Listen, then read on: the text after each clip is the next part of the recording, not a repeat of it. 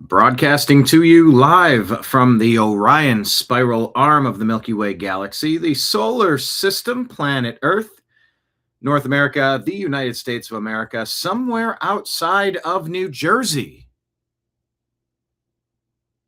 You know, where they had the World Cup, and then Mikey announced thousands of illegal aliens on our voter rolls, and hundreds of them voted.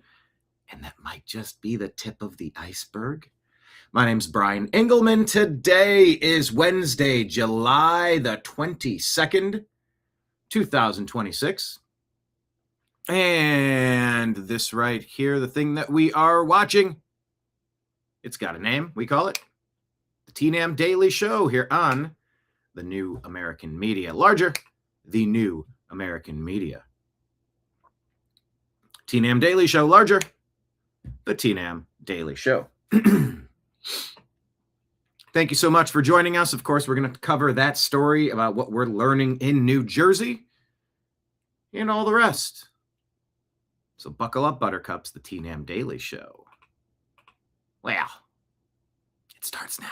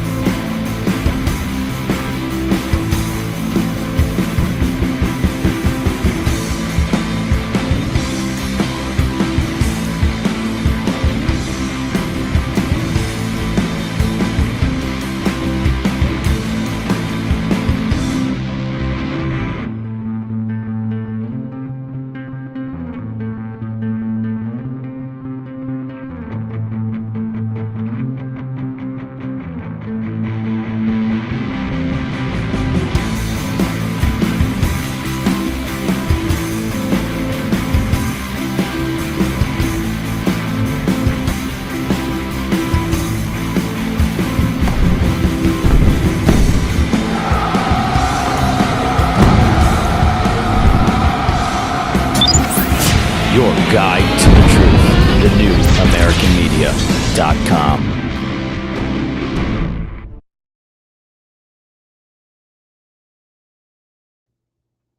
Hello, everybody. Thank you so much for being here on this wonderful mid July Wednesday. That part. Thank you so much for being here. I see everybody in chat. Hello, everyone, for showing up. Yes, buckle up, Buttercups. We're not dancing around it. We're jumping into it over here. Speaking of jumping into it, let's actually say this. To Alberta Arnold, guess what? We have, I guess maybe... reconnected troubleshot. That's a weird word to say. Troubleshoot past tense. Troubleshot. I don't like the sound of that. Do you? No, that's weird. We have rebooted, reset, reconnected, and reinstalled our functional office line. It's been an active number that we've been paying on. We haven't really needed it, so we haven't really set it up, and it's been offline for quite some time. But we're back. So, Alberta Arnold, I sent an email to you. Alberta Arnold was graciously saying, as we always put out here, for our ad reads at the New American Media, we just tell you to follow us on Patreon, Rumble, or YouTube, and for as little as $5 a month, become a subscriber. It means the world, and we ask that if you enjoy the content or any stuff that we've done over the past 15 years, $60 a year, $5 a month, as little as, or you can do $1,000 a month if you're rolling in it. I mean, that talk about transformative crowd support, But yeah, for just a tiny little sum, we ask that you become a subscriber, a monthly sponsor to the New American Media. Patreon is probably our first choice, and then Rumble and YouTube as a second choice. You can do one-time Rumble rant and super chat tips. You can throw some silver coins into my tip jar because as I said, I'm Brian, but I'm also Brian the bartender. I'm asking you to come in here at lunchtime so we can talk about the stories on the TV screens behind me. We're going to roll through the TNAM, that's the New American Media Instagram page. Please follow it. We're like 20-something people away from being able to live stream the show through Instagram. Every time we get close, they play tricks and they delete followers. I would say it's interesting and incredible if it wasn't so frustrating, because this isn't hypothetical that they are literally targeting and trying to destroy our company, our brand, and our ability to earn a living doing this multimedia endeavor that we embarked upon 15 years ago, which is why the direct crowdfunding like Patreon or becoming a sponsor is so much more crucial than so many other ways you can assist the channel. But there are many ways. But yeah, instead of trying to sell you pillows or coffee and, survival food, which, by the way, I'm totally open to getting a sponsorship on. I just haven't yet. So I do take a moment to thank everybody who is a foundational supporter of this program. I appreciate every one of you. By the way, hit the thumbs up button, hit like, hit subscribe, share this show with a friend, text it to somebody right now, either on Facebook or your Messenger or WhatsApp or wherever you have group threads with smart people. Share a copy of this show today with the little arrow button, copy it, and then drop it into one of those messages and send it to a text thread of people that shared good memes or interesting stories, or they're up on the news and they're smart people. Invite them into the bar. Please do that. But if none of those ways work, you can do, Cash App and PayPal is my name, Brian Engelman. I'll put it up on the screen scrolling at the bottom here. So if anyone wants to pause it, this is the way you do that. And PayPal is fuzzinstallment@yahoo.com as an email address. But Arnold said, hey, I'm in Canada. You saw they shut down the truckers and all of our banking is fakakta. I said, ay, Dios mío. Ay, ay, ay. No bueno. No bueno. But he said, how about Western Union? I said, what? All right, I'm listening. And so it took me until today to have, well, I guess maybe late last night or early this morning, to complete the procedure of getting the phone number to connect the phone to connect the Western Union so that it can send a donation, a kind donation. So thank you, Alberta Arnold. Let me know what to do. And we have got that up and going. But that's good. That's one less thing. I only have 999 more things on my list. I got 99 problems. Western Union ain't one. Hit me. So anyway, thank you all for being here.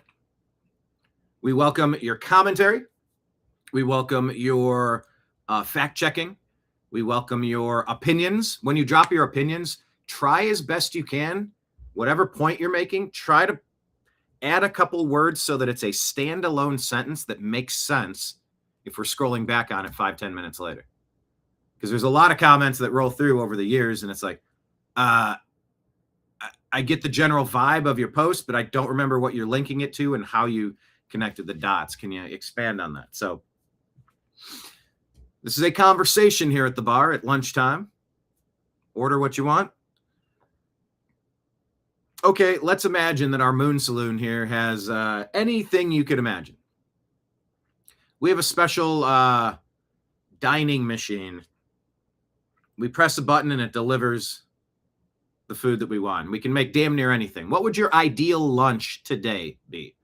What beverage? What lunch? And let's just imagine this is I don't know if it's a vacation day or a weekday, but let's just say you're not trying to hurry up and get back out on the road somewhere, and you have time to sit and hang out and maybe watch a game, check the scores, check the news, see what people are talking about. Tell me in chat, what would your ideal lunch be for today? I probably wouldn't have one for today. Mine would probably just be black coffee, as I'm reintroducing the fasting to my regimen.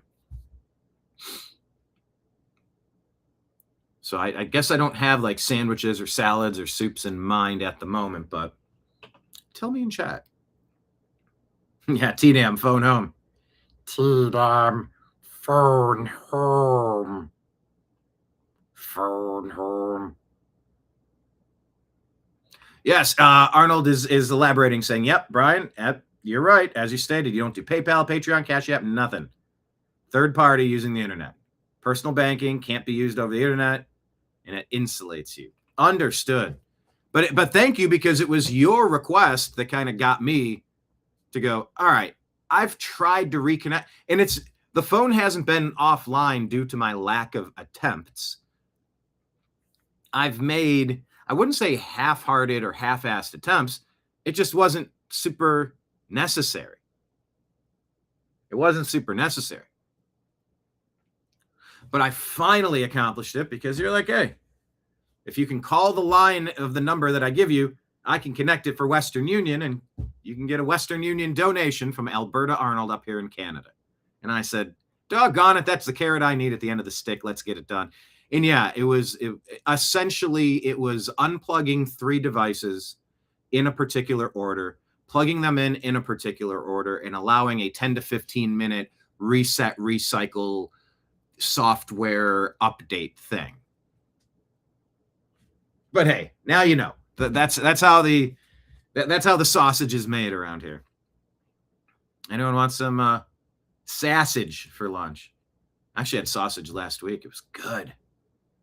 With some mustard. I have a dill mustard. Don't sleep on a dill mustard. Also, the sweetened, I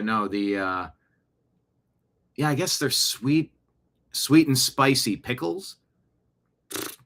You guys are making a huge mistake if you pour out the seasoning, the pepper flakes, and the seasoning to those sweet and spicy pickles. Man, get yourself some shredded chicken or a can of chicken, some mayo, mix it around, like a tuna salad, you could do a tuna salad or a chicken salad, and then pour some of that sweet and spicy pickle juice in and mix it around. Gives you a little sweet, gives you a little jalapeno or habanero, whichever one's in there. Yeah, that was good. Trash Panda Texas drops a $10 Rumble Rant tip. He threw silver coins into the tip jar back there. Thank you so much. $10 Rumble Rant tip, saying he would like bananas and rice for lunch. Dun-dun.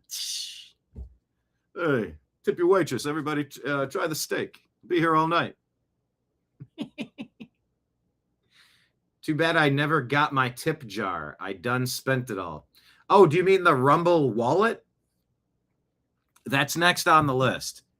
I was reminded again today, I thought I set it up, and I don't recall what stage of the setup process we're at with that. But we're going to get that set up regardless. I'm not really sure what that is. But I'm going to set it up. I still have the tab open. I thought I set up Rumble Wallet, but anyway, we'll get to that a little bit later. Everybody, hit the thumbs up, share the show with a friend, and let's dig into the news and see what people are talking about across this great planet. I guess I'll try a third refresh here. Oh, looks like I definitely lost a story. But we'll pull up what we have on our Instagram page, The New American Media. Make sure you're following us. Oh, yeah, Brandon Gill.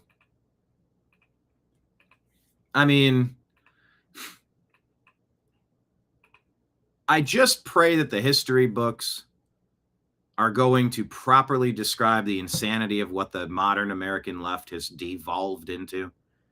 They were really pushing this stuff from the 90s on, and it's just gone progressively more militant, punitive, and ridiculous. And I resisted it. Every time I felt this push to just endorse this redunculous propaganda, I felt personally insulted by it. I think that's fair to say. I've rebelled and pushed back against it. And that's one of the reasons why the New American Media exists. It's because I didn't like what the other media companies were giving us. The pro-Democrat, pro-globalist agenda, pro-deep state agenda was so glaring to me for so many decades. And geez, we're in the 2020s, the 20-teens, the 20-aughts, the 1990s. That's 4 decades.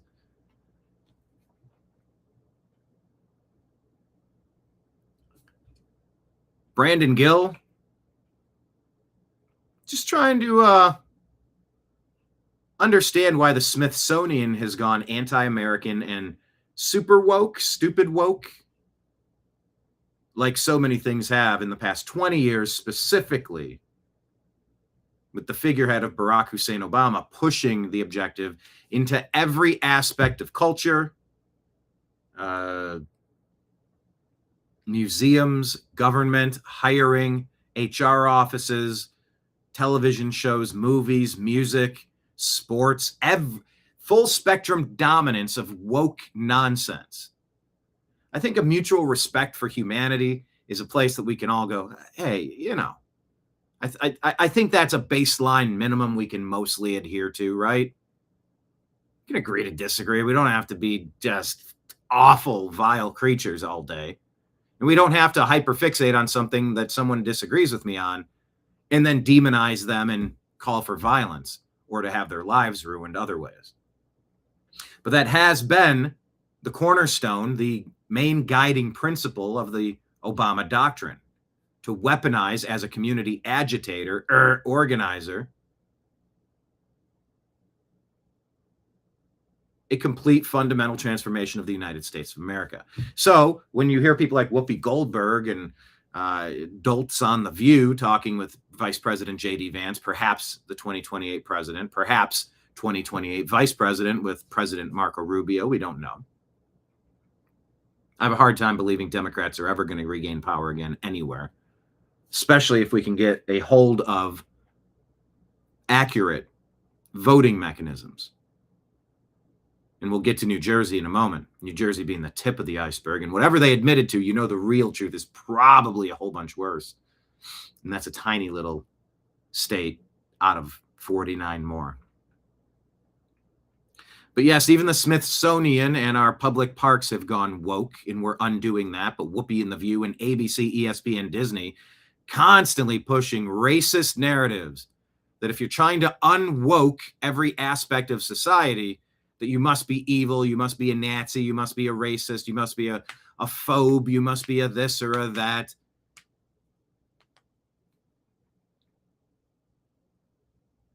And we see through it now. We don't humor it. We don't engage with it. We don't tolerate it. We don't put up with it.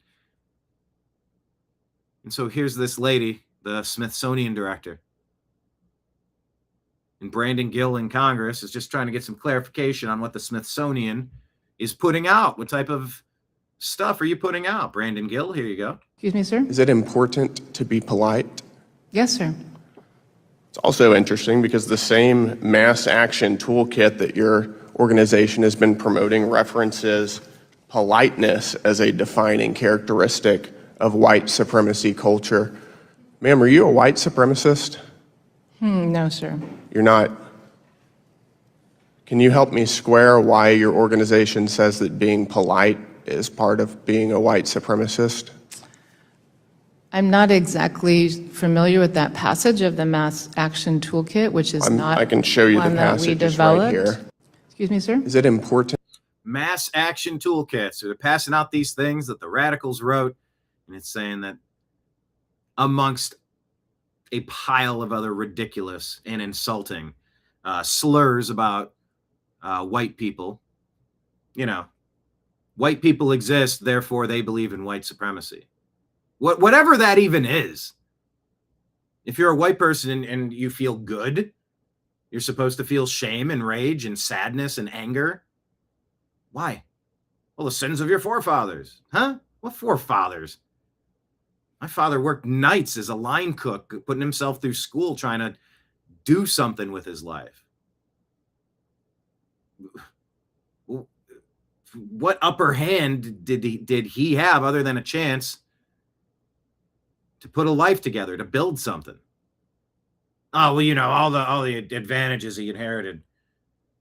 By the time that you know, lovely but crappy little rundown 100-something-year-old house in Pennsylvania was sold, we probably owed money on it. Like that, it's not like every person is tapping into that. What does Cartman always say on South Park about Jew gold? They're like, oh, you're Jewish? Well, let me get into your pile of gold. Let me get into your, you got a stash of gold, don't you, Ka? Don't you, Ka? Yeah, where's all this white person gold? I don't know. I just know that this country's supposed to be a place you're supposed to kind of put your head down, get to work, try to accomplish some tasks, try to not make trouble for other people. You know, do the best that you can. Nobody's perfect.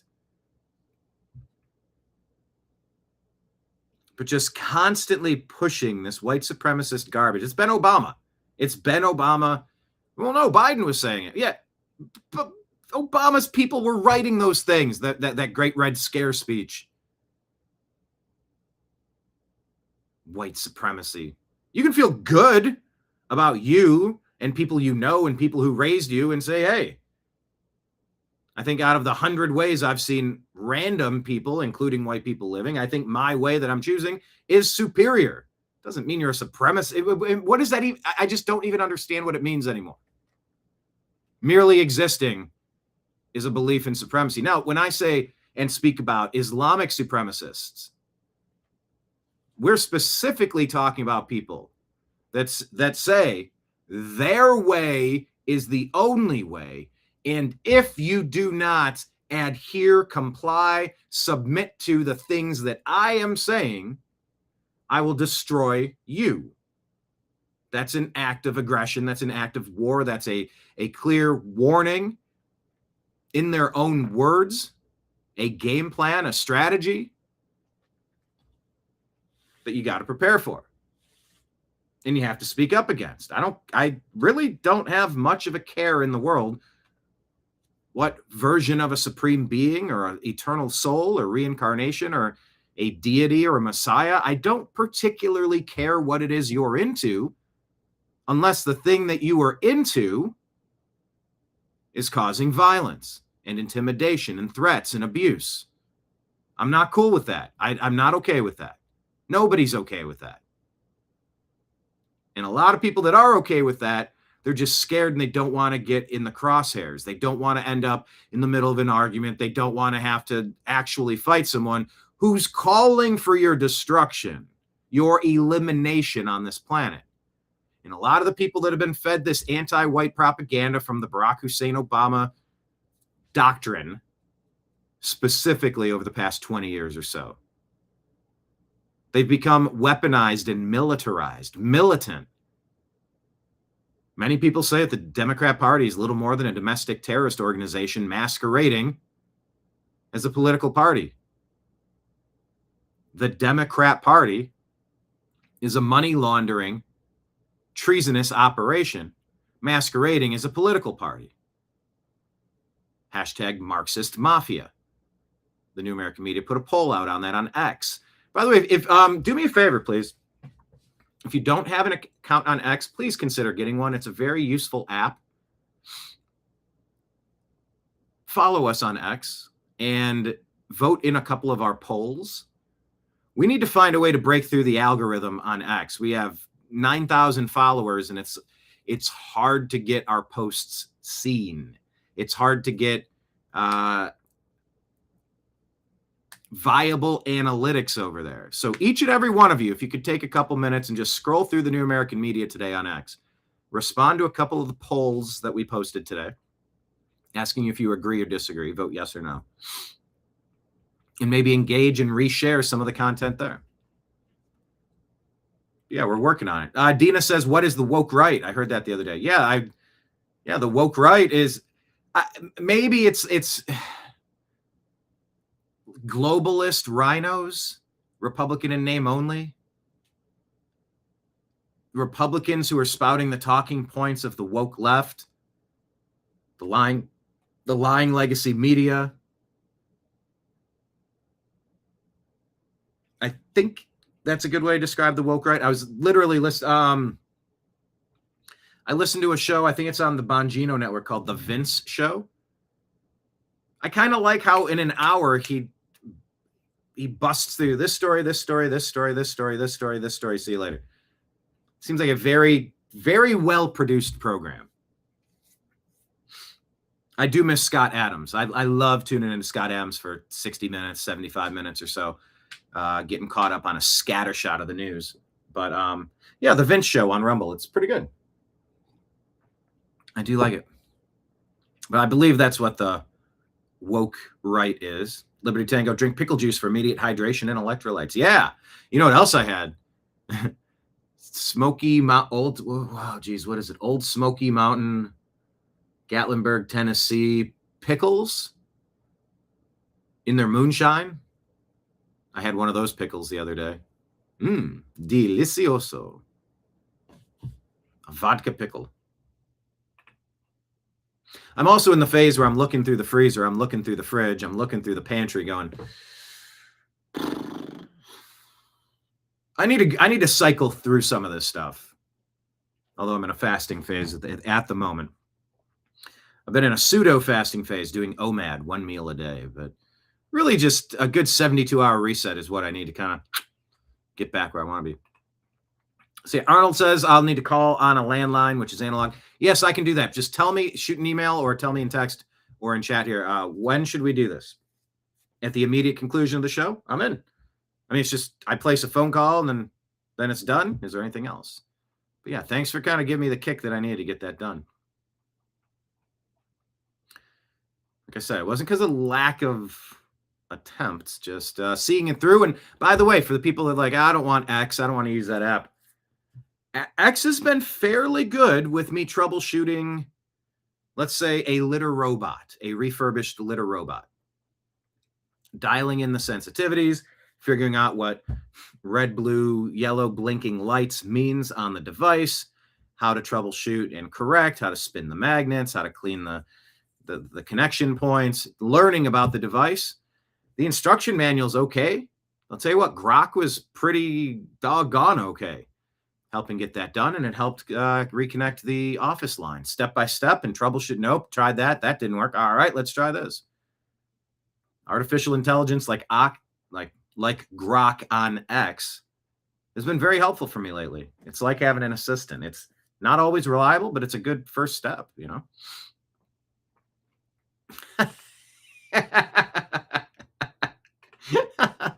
Mark says, what white culture? Exactly. There's no white culture. God, the pervasive layers and levels of blatant anti-white racism, especially in America, but globally over the past 3 decades, it's just vile and disgusting. Pin the tail on Whitey. Pin the scapegoat on Whitey. You know, and there's a degree of honesty when you're looking at human history or American history or colonialist history. But if the goal is only to paint those things in the always 100% completely negative light without the greater step back to look at the forest situation. I mean, you're comparing colonialism and you're comparing expansionism. You're comparing American exceptionalism, the foundation and creation and evolution of America. I mean, how far back do you need to go to hear about the slavery in the Bible thousands of years ago? I mean, all the Middle Eastern, Northern African, European slavery too.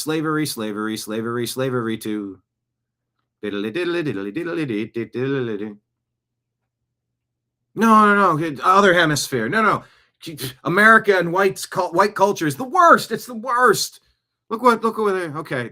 Well, let's compare that culture to what? Go to another hemisphere. Don't talk about Middle East and Africa and Europe. I don't want to hear about it. Okay, so we're in North America, Central America, South America. Yeah, the indigenous. No, they weren't indigenous. They were nomadic peoples that crossed the Bering Land Bridge. Asia. Russia, Alaska, over into Canada, down, chasing closer to the equator for better temperatures and following bison and livestock and such and such.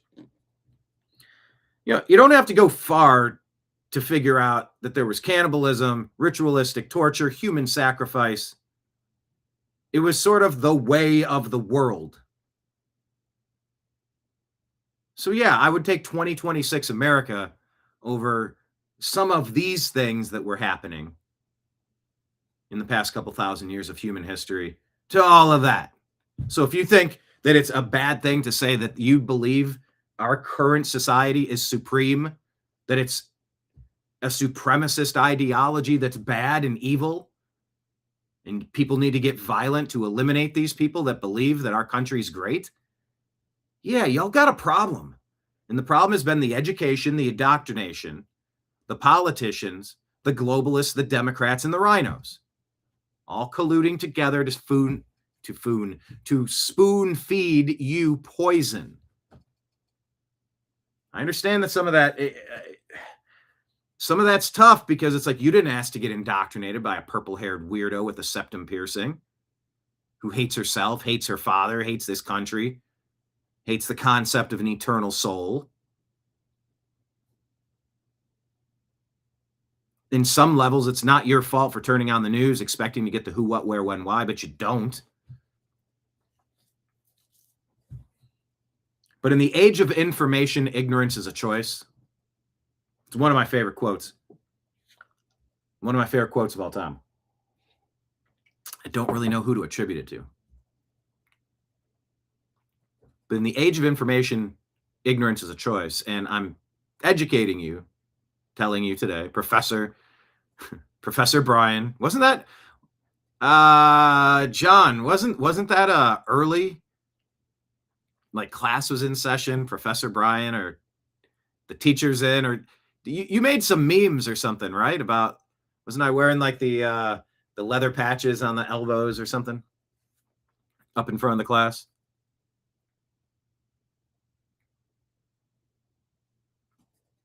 I'm here to educate the people that really hate themselves, hate this country. You've been led astray by people who are manipulating you and using you. That doesn't mean come over and be a Republican. I've often said the only thing worse than a Republican is a Democrat, and you can trust both of them about as far as you can throw them. And I like the concept of MAGA. I like the concept that there can be something pseudo-Republican that isn't Rhino, Liz Cheney, Mitt Romney, John McCain,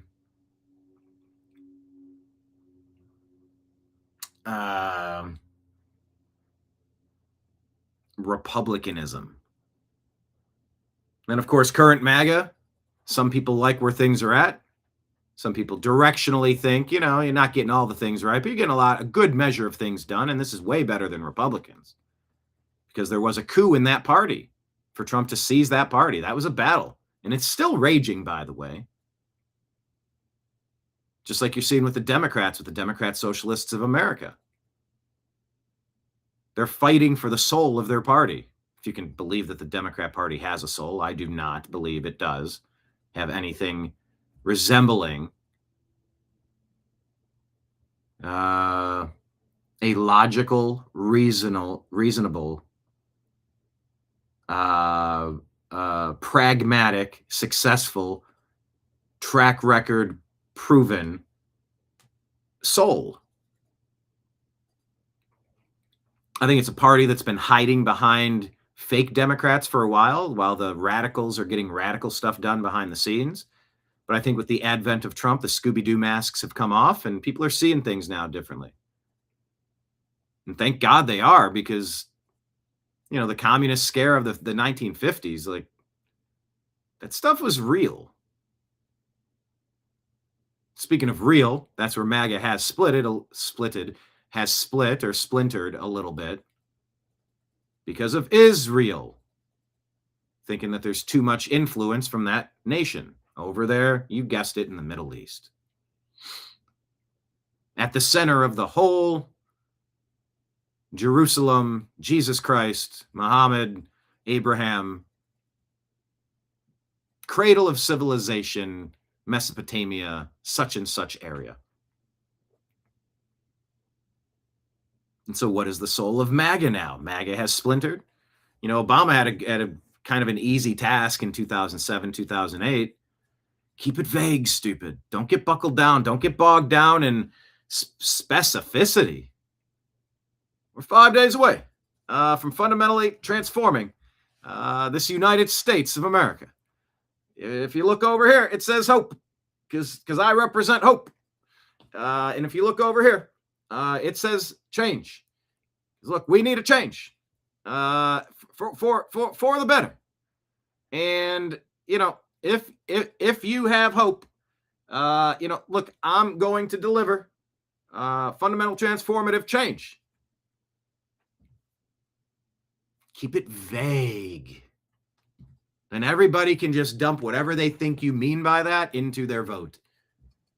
Eddie Vedder was famously asked, what do the lyrics mean to this song? I don't know if it was for Jeremy or Black or something. And I think Kurt Cobain said something similar. A lot of artists probably have. He said, my lyrics mean what you think they believe. Excuse me. My lyrics are what you believe they are, or what you feel they are. If they're relating to you in some type of way, that's what I mean for those lyrics. And your interpretation of it, that's yours, and I want you to have that. I don't want you to change how the song hits you by finding out that I wrote it about, my trip to the car wash and my antenna got bent. Well, here I was. I thought it was about an existential relationship between family and the eternal soul, and how it was about the car wash. Unless the song was literally working at the car wash. Who sings that song? I don't even know. Anyway, Mark says white. What white culture? White culture, like putting stuff in your pickle juice? That's white supremacy. That is hillbilly supremacy. That is hillbilly innovation. No, it's not. It's not like the Russians weren't pickling and mixing vegetables with booze for a long time and fruits with booze. Leanne says a woman in Houston shot in the neck. Channel 2 News. No bueno. Part of a larger event or something one-off. Mark says 3 were K'd in Minnesota or Michigan by an illegal truck driver. That story, every couple weeks we could tell you that story. Leanne lets us know that YouTube is playing an ad. Well, that's cool, because that's like, if that ad is allowed to go to completion, it's like tossing a penny into the wishing well for the New American Media Operation Fund. It helps us keep the lights on here at the Moon Saloon. So that's good to hear that that's working, because a lot of times YouTube likes to remove the New American Media's ability to play an ad so we get a penny. It's not really one ad per penny, but you get the point. I'm glad it's working. They automated it. They made a change 2 weeks ago, I think. And it's like, yeah, if I'm live. Some people have the show on one device and they let the ads play. And then on a second device, they skip the ads. So you're both doubling the amount of people watching the show and allowing advertising revenue to get tossed into the collection jar, the tip jar at the Moon Saloon here for the New American Media. And you can skip the ads and stay live so that we stay current, so our conversation and our texts stay up to date. So yeah, kudos to all of you double device watchers. I saw, who else was in here? Unholy Hoax was in here. He said, yeah, I watch you up on the big screen. You're on the 80-inch. And then I'm working on my device, my laptop or my cell phone. I'm working over here, but you're up on the big screen. I'm like, we're on the big screen. Heck yeah. I could get down with that. Reminder, everyone hit the thumbs up button, hit like, share this show with a friend. But what is this? Put boiled eggs in the pickled juice. Refrigerate it for 2 weeks. Yeah, that sounds good. I need to get some eggs. I'm out of eggs, but then again, I'm not eating at the moment. That's the problem with thinking about food. And that's the problem with trying to go through your freezer. It's like, well, hold on, I'm fasting. And you go, well, I also want to, let's make those sausages. They've been in the freezer for a while. Let's make them. Let's make those grits. They've been on the pantry shelf for a little while. And then you eat, and then you check in the next day, and you're like, not quite the reset I was aiming for. But yeah, pickled eggs. I don't know that I've ever had pickled eggs, but I'm in. I'll try it. I want anything like kombucha and maybe kimchi. You see, that's really good for digestion, which is cool.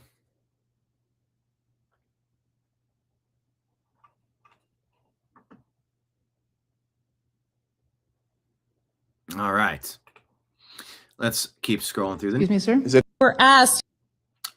Here you go. If this is what they're admitting to, imagine just how much worse it is. Mickey Sherrill, New Jersey. The Democrats are now admitting this. Were asked if they wanted to register to vote. Why are illegal aliens being asked to register to vote? Why are illegal aliens getting driver's licenses? If they can't prove that they can comprehend and understand the written and spoken, the understood technical aspects of what you need to do in a motor vehicle, how to read the signs, why are you on the roads? If you can't prove that you're up to snuff, I think I have a clip on in the stack today of an illegal alien driving. Maybe it was a big rig. What high beams? What? No, high beam. What high beams? What are high beams? What are high beams? You're blinding every person on the roadway. How did you get credentialed to be behind the wheels of a big rig in America? This makes, if you saw this story from Pakistan or India or Guatemala or Ukraine or Gaza or Sudan, you would feel very differently than the way that you feel knowing that inside of America, what high beams? No understand high beams. What are high beams? What are high beams? Why are illegal aliens ending up on our voting rolls? Most of America believes it's because there's a scam in place by the deep state. Many of the rhinos, the Republicans in name only, the infiltrators, the traitors, remove the infiltrators, hold the infil. They're in on it. And they get their ballots. They generate just enough that they need. Oh, look, it was very close again. Look, 13,000 votes made the difference. Oh, look, 3,000 votes made the difference. Oh, look, 8,000 votes made the difference. And now we've conquered a state. And you do that on a couple of states, you flip-flop the entire government of this country, let alone every city, every municipality, every state, every region. It's a mess. Illegal aliens are being asked to register to vote. Non-citizens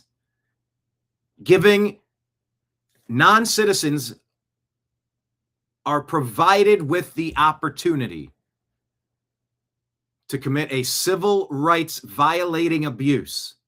Because yes, you're infringing upon my civil liberties if you cast an invalid vote to cancel me out. You're damn right. That is a big problem. I've never advocated for cheating in an election. Oh yeah, you supported Trump and his insurrection, you liar. That's how you want to play that?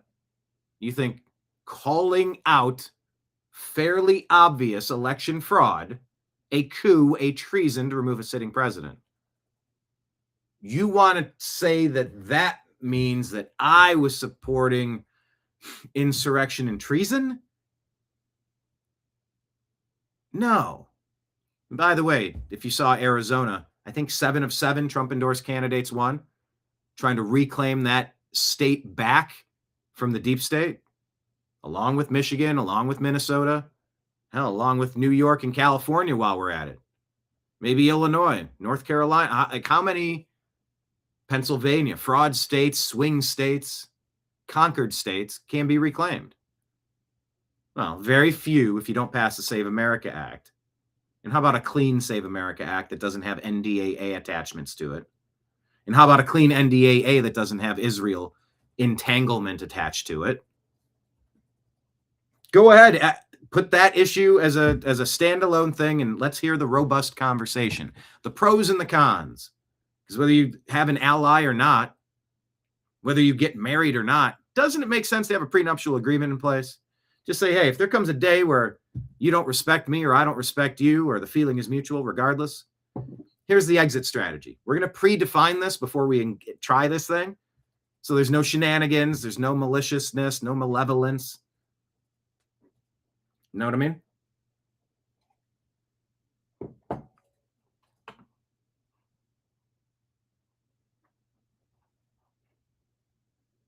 You know what I mean. 50 million illegals passed the driver's test. I mean, yeah, Leanne, you're right. A lot of them can't read English, can't speak it, can't comprehend it.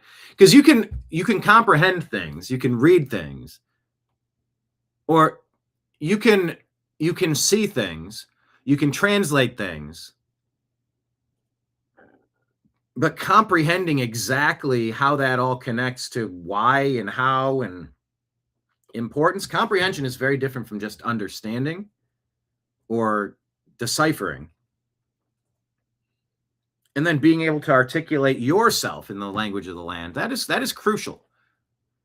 Don't tell me about America, the melting pot. We got one language and we all speak it. You can have another language and speak that too. More power to you. That's a great piece of education you can have. I'm sure it helps the brain with plasticity, neuroplasticity, and fending off Alzheimer's and trying to stay active and keep your brain firing in different cylinders. It's great. It's great. Learn another language or two. That's great. But while you're here, you speak the language. You don't sign as a free agent on a new football team and come in and go, I'm changing the playbook. We speak the way we used to speak in Green Bay now. Coaches go, You are the player. Fall in line. We are the team. We speak one language here. We have one playbook. You take it home and learn it. And if you can't prove that, you shouldn't be out on our roads. And until you've gone through a sponsor to kind of co-sign on you being a stand-up person in a rigorous background check and competency and self-sustainability check on your part to find out that you're going to be a net positive to America, stand on your own 2 feet and contribute instead of take, instead of signing up with the Democrats going, hey, we've found trillions of dollars. Vote for our guy, and we'll make sure that we put money in your pocket. We'll give you cheap housing. We'll steal from those people and give it to you. We just need your vote. That stuff is toxic. That's how you get rotted from the inside out, and you lose the concept of what it means to be an American.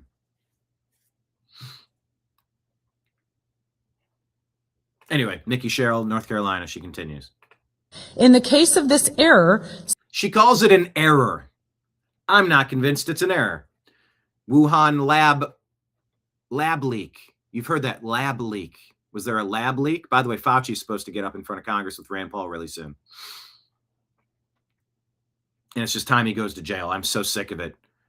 Have the bailiffs there ready to arrest him for perjury at the very least and go make it happen. Find something. Indict him for something. No, that's not vengeance and that's not political payback.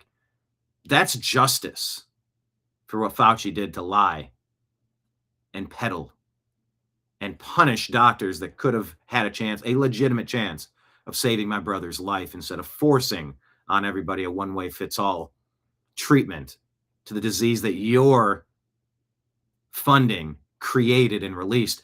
But the point being, I don't call it a lab leak. Don't call it a lab leak. It's been here for years.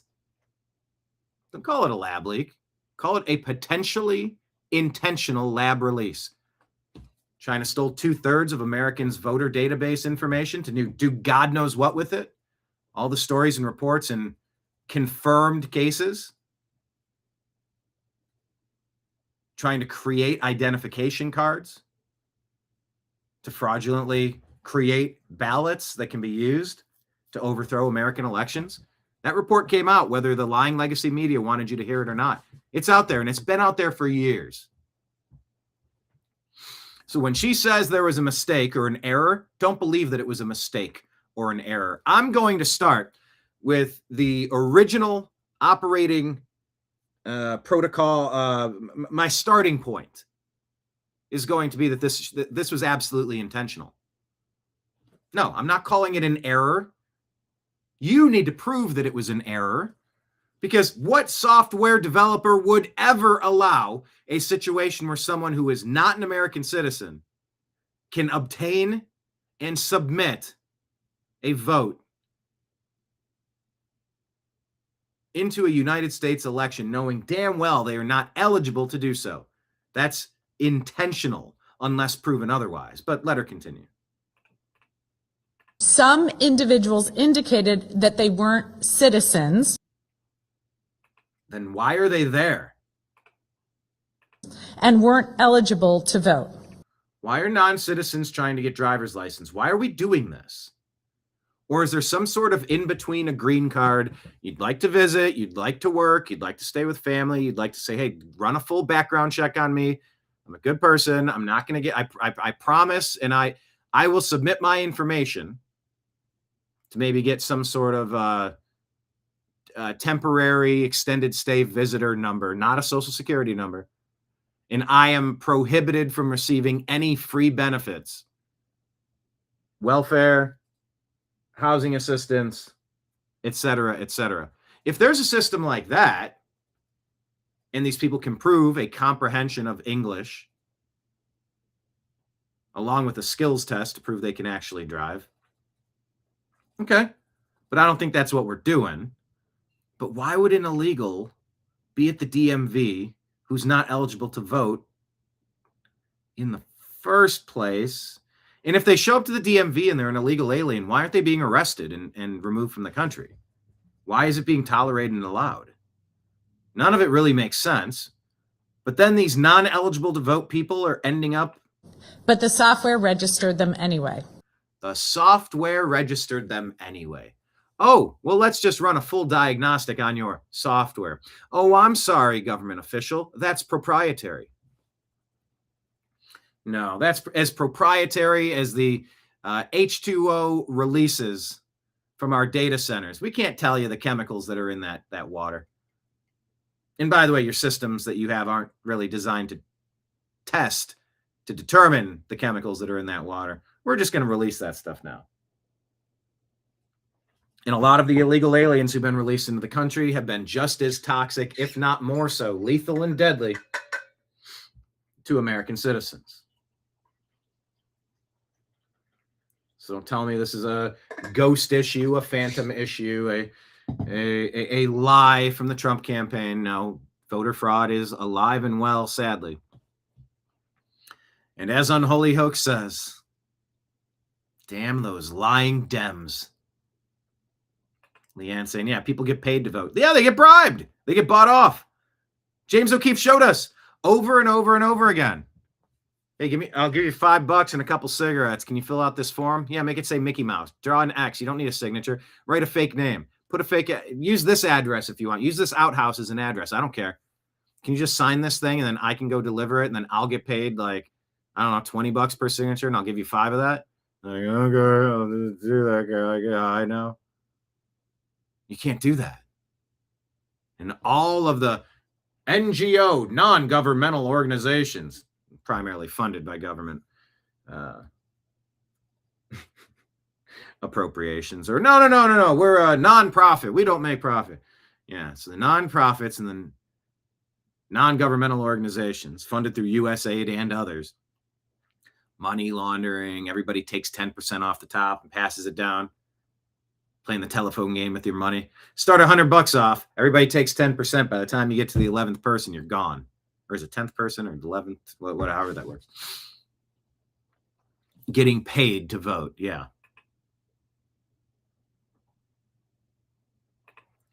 Liberty Tango says many, if not most Americans will not have what it takes for what lays ahead in this nation, the 3%. In the revolutionary times, people didn't really have it either.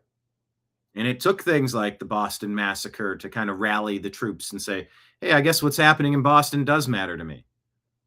You know, and that's tough because if you extrapolate that out globally, if you let Cuba get run by the same regime that was training and indoctrinating Obama and Los Angeles Mayor Karen Bass and all the communists, the Marxists, the globalists, the socialists, either the stuff happening with the terrorism from Iran and Gaza, either that stuff matters or it doesn't. Either what's happening with the United Nations in Ukraine and Russia matters or it doesn't.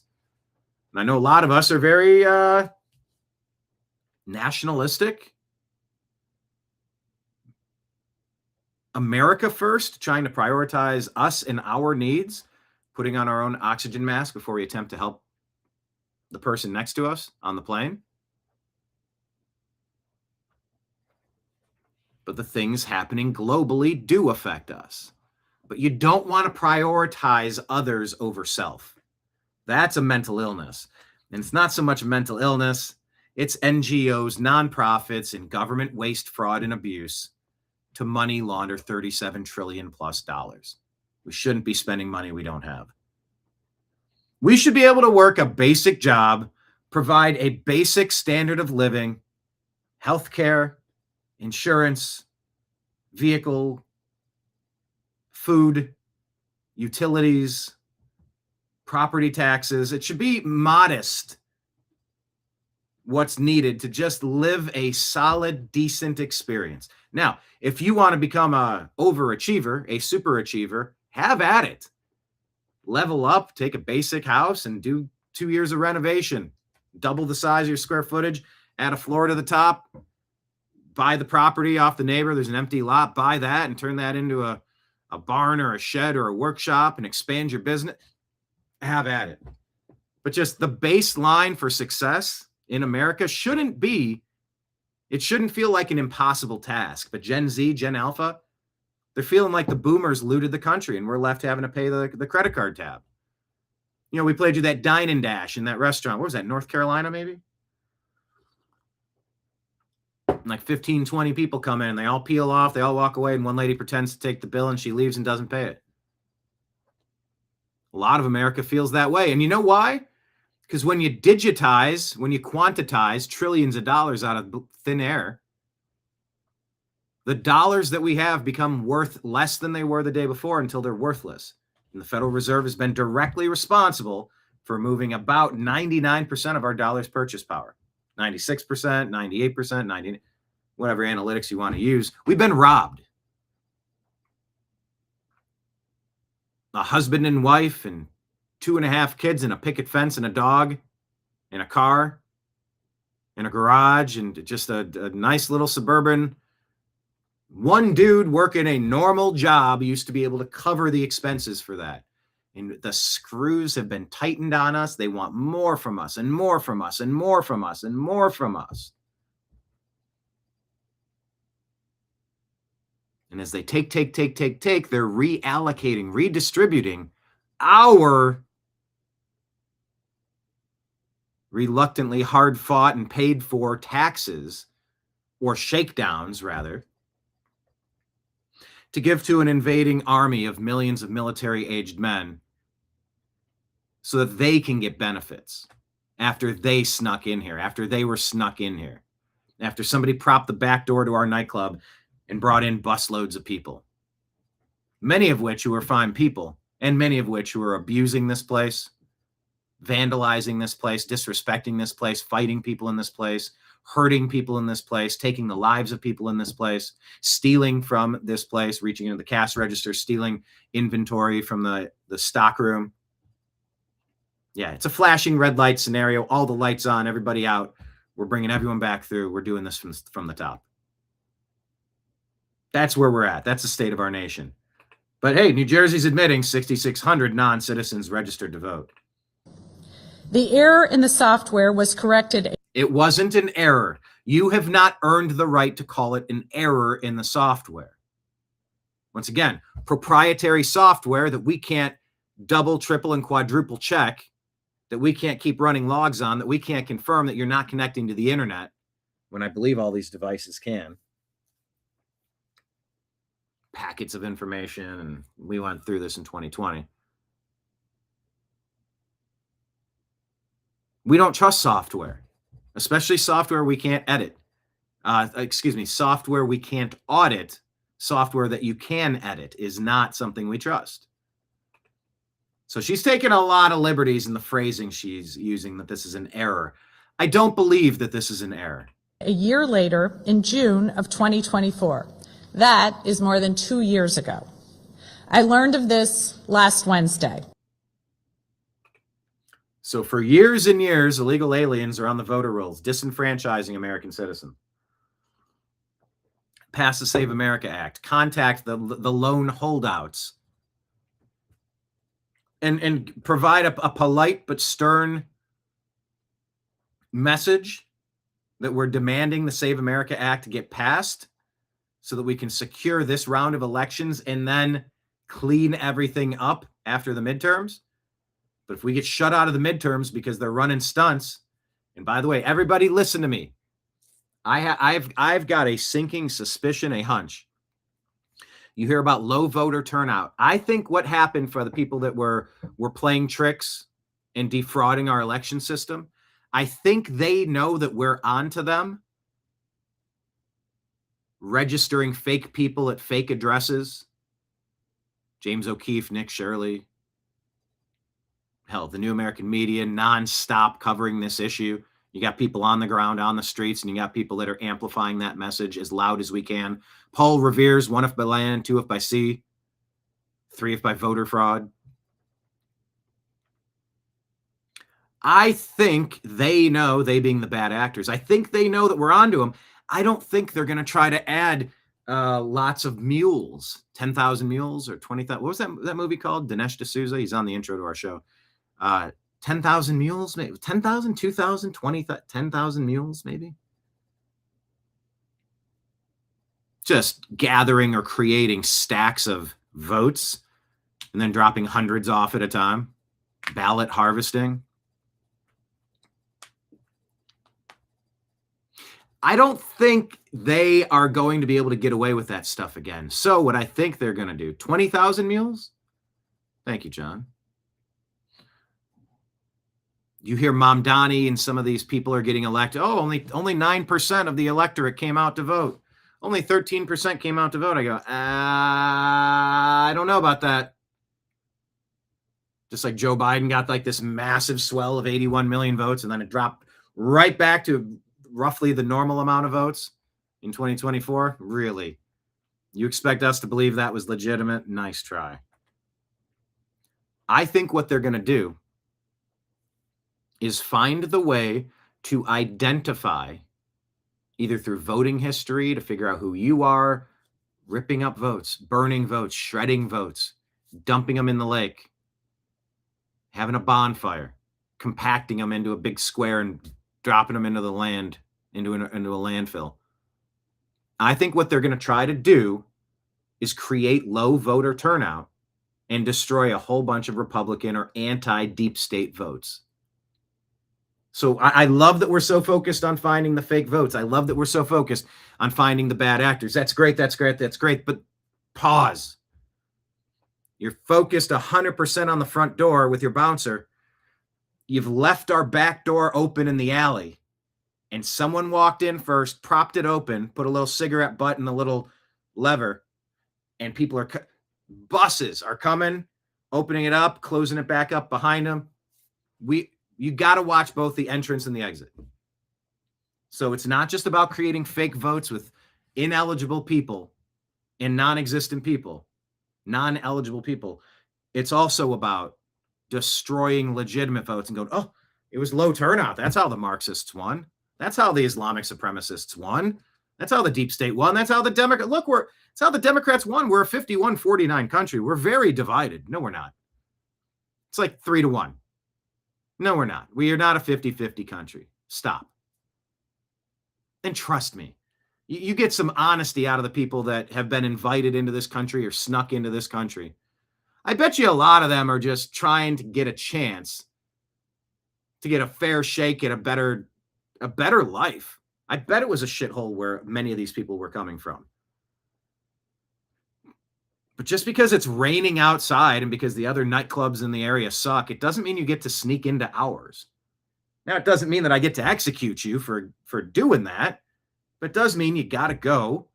And if you really want to get in, there's a process to walk through the front door. You know what I mean? Arnold says, that's like a booze hound going to the bar, and 2 hours later when his wife calls him up and says, why are you late for our anniversary celebration? And he responds, honey, I got mugged. Excuses and lies and stories. Leanne worked at the polls once, but you had cards. What do you mean cards? We had cards, voting cards?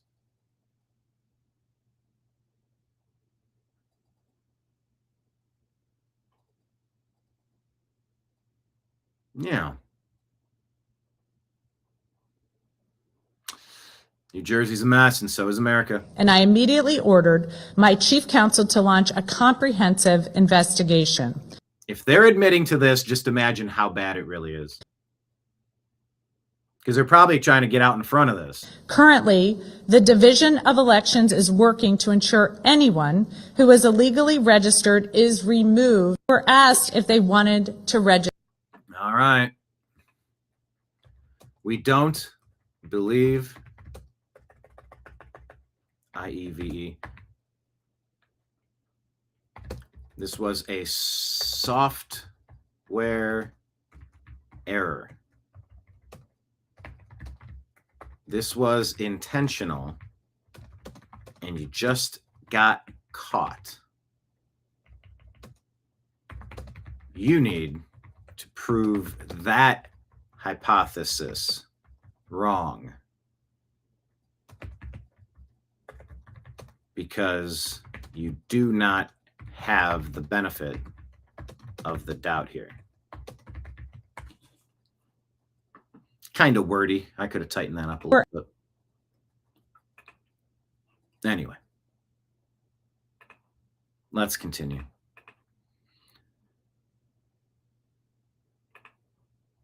Yeah, remember the third term of Barack Hussein Obama, or the fourth term if you count the term where he coordinated the deep state, Comey, Clapper, Brennan, kneecapping of President Trump's first term, 2016 to 2020, 2021 to 2017 to 2021. You know what I mean.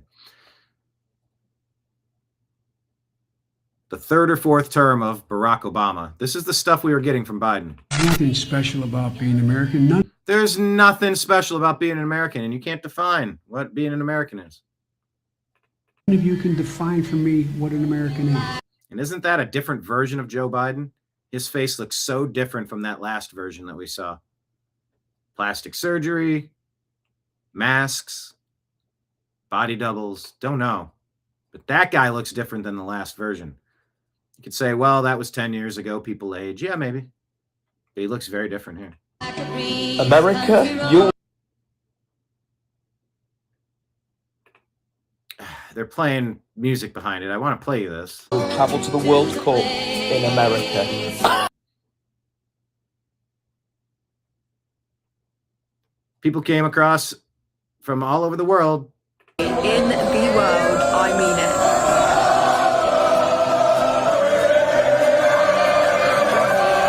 Thing I love about America. Too much music.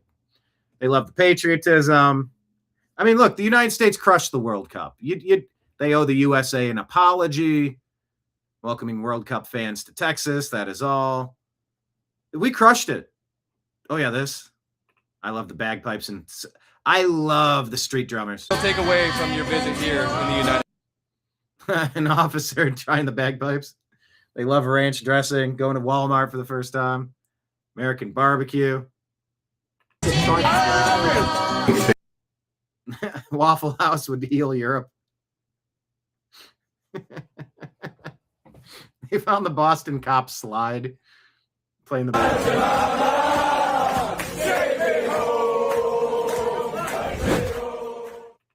Yeah, Representative Tom Emmer. Where's he from? Minnesota's 6th congressional district. Yeah, that was good.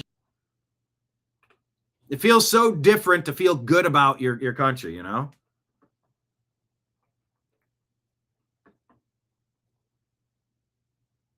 Leanne, oh, now I want barbecue. I think you said that before that, though. Oh, you had punch cards at the polls. Gotcha.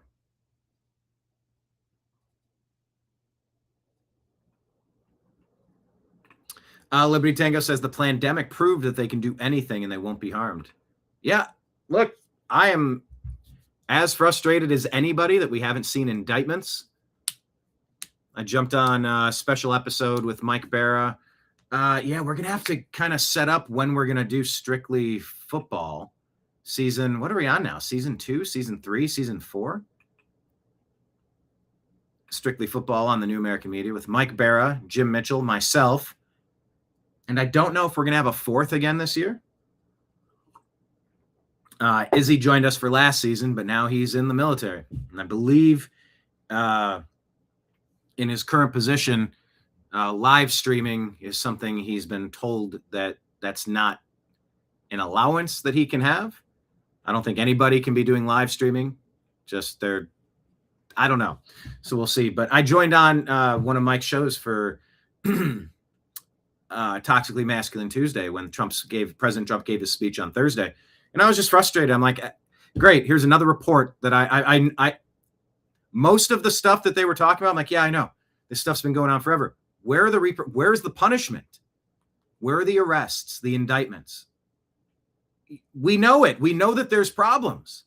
So instead of fabricating evidence, fabricating claims, trying to frame innocent people, changing statute of limitations and setting Alvin Bragg, Letitia James, and Fannie Willis, setting them out in the neighborhood like a bunch of pit bulls trying to go attack a target with President Trump. No, this isn't political retribution. This is punishment for committing treason. Where are the charges? There's actual evidence you can put out there. Whether the case will win or not, I don't know. And far be it from me to push so hard that we go a little bit too early and our case isn't built properly enough, airtight enough to make sure that they're convicted, especially in a legal system where we're watching lawfare on the Supreme Court, the threats and intimidation of John Roberts and Amy Coney Barrett. Amy Coney Barrett was sort of terrified, kind of reminded me of that Melissa Hortman in Minnesota that was like, I didn't want to vote for this budget, but I had to vote for this budget. And she was executed at her door along with her husband by a radical because she had to vote for a budget that was going to cut stealing American money to give to Somali illegal alien invaders. And she was executed for it. Amy Coney Barrett saying we need more Secret Service. We need more funding for the Supreme Court because they're being threatened and intimidated into voting certain ways.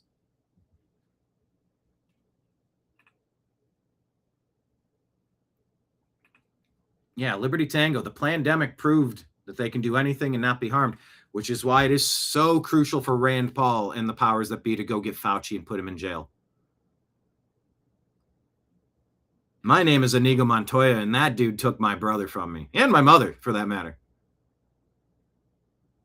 My mom had some other underlying health concerns, and I could understand it to one degree, although it was a respiratory distress that took her life away. Right at the beginning of COVID. I mean, like March.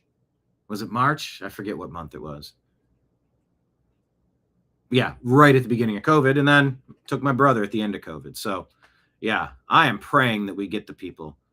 Not because they're Democrats, and I don't like Democrats, so let's ruin them. No, it's like you're a genocidal? Fauci, you're one of the worst human beings on planet Earth, and your actions are responsible for millions of deaths. And I know it's easy to think that, look, COVID only took the lives of fat, elderly people. And it did primarily do just that. And people that had low vitamin D levels and people that this and people with pre-existing conditions. Yes, you're on one hand, you're right about that. On the other hand, tell me why it took my 39-year-old healthy brother. It's not a partisan issue to want justice and vindication for what Biden was doing to threaten hospitals and calling potentially therapeutic, life-saving options like ivermectin, hydroxychloroquine, the Merck protocol, potentially helpful. I don't know. That's all I was seeking. Not that you need to recommend it with the CDC or the WHO or No, just so that we have the right to try. President Trump passed right to try legislation.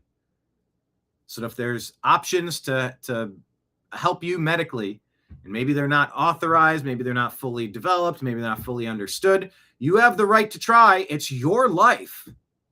You can recommend whatever you want, remdesivir and a ventilation tube. Recommend that all you want. It doesn't mean we need to be forced into a one-size-fits-all solution, except that Obama stole our medicine with Obamacare, and it is one-size-fits-all. And hopefully Bobby Kennedy can work to change that because it's a mess. But yeah, if they don't get harmed for what their actions were during the pandemic, we're screwed, because it's going to happen again. It's not a vindictive urge of mine that's driving my incessant calls for indictments, for treason, for crimes against humanity, for civil rights violations in our fraudulent voting systems. Every time a bell rings, an angel gets his wings. Every time an illegal alien votes, your vote is then erased.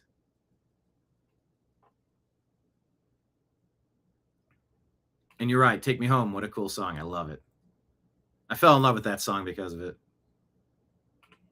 Arnold's reminding us Nixon, Kissinger, them two opened up the door to China. Yeah, some blame Kissinger even the most of those two, and that Nixon was taken out by the deep state, and then Reagan was shot at. I mean, Bush was CIA.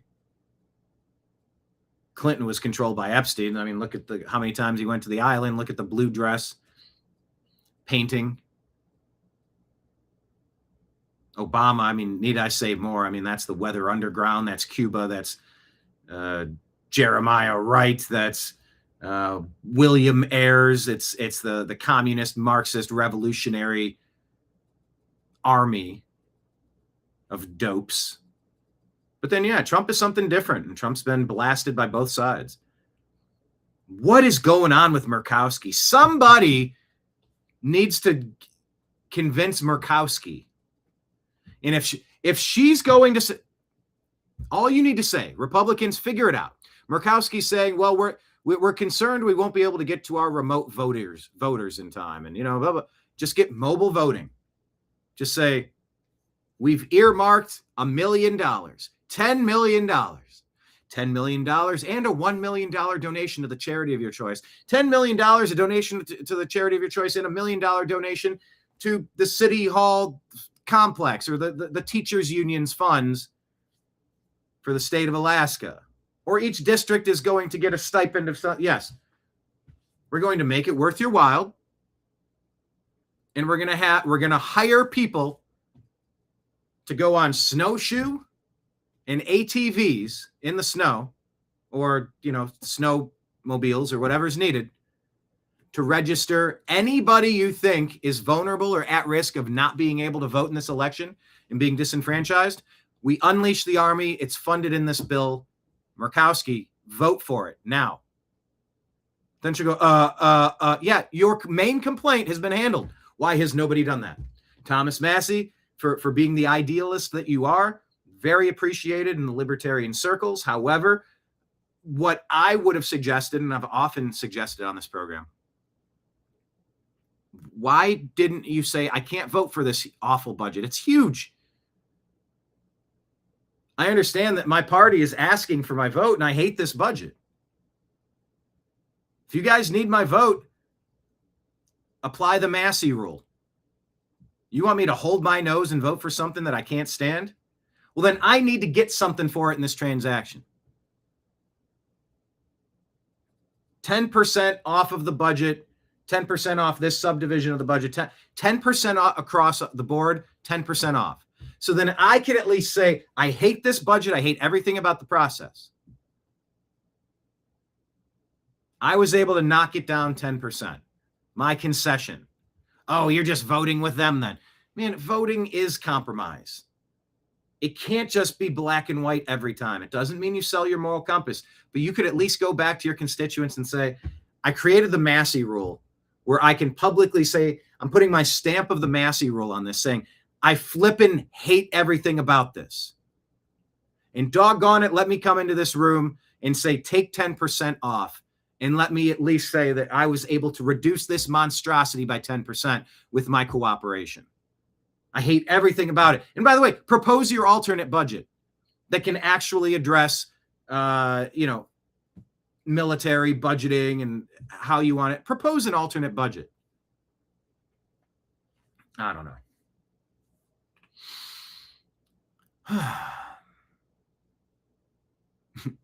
Patriot Warrior says, my ex-wife worked the polls. Ayo. I am polling the electorate. Vote Quimby. Polling the electorate. Arnold says Donald Trump won't touch Dr. Death, Fauci. He's protected by the RCC and the band of merry Jesuit ordermen. It's got to start with Fauci. Dina says remdesivir and being ventilated seems to be contraindication. Funny, that's exactly what I yelled at my brother's doctors. As they said, they were not allowed, they would lose their license to practice medicine. They wouldn't be able to be a nurse if they did anything other than what the one-size-fits-all approach was. If that shit's not criminal, you know?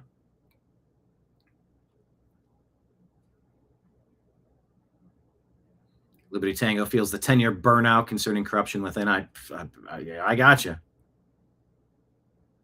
Arnold says COVID K'd about 1.2 million Americans and most of the retirees, saving the IRS billions in old age security. It's all about the money. That is whether that was the intention, it happened. Whether the potentially intentional Chinese lab release of a global pandemic was to use, what did President Trump say? 2/3 of our voter files were stolen by China. All the reports of Chinese creating fake identification cards for the purposes of voting, creating ballots and overturning elections in a coup to overthrow the country of America, to remove President Trump, who was becoming a thorn in their side strategically.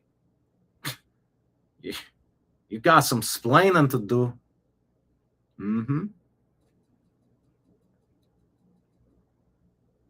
Yeah, Big Balls was the name of the guy working on Doge. Dina says, I hate big bills, and I cannot lie. You other brothers can't deny. I hate big bills, rather have single bills. Yeah, I know. And it's sort of how the sausage is made. It's kind of the same stuff I can't stand. Some things I'm not as concerned with bundling. Other things need to be standalone.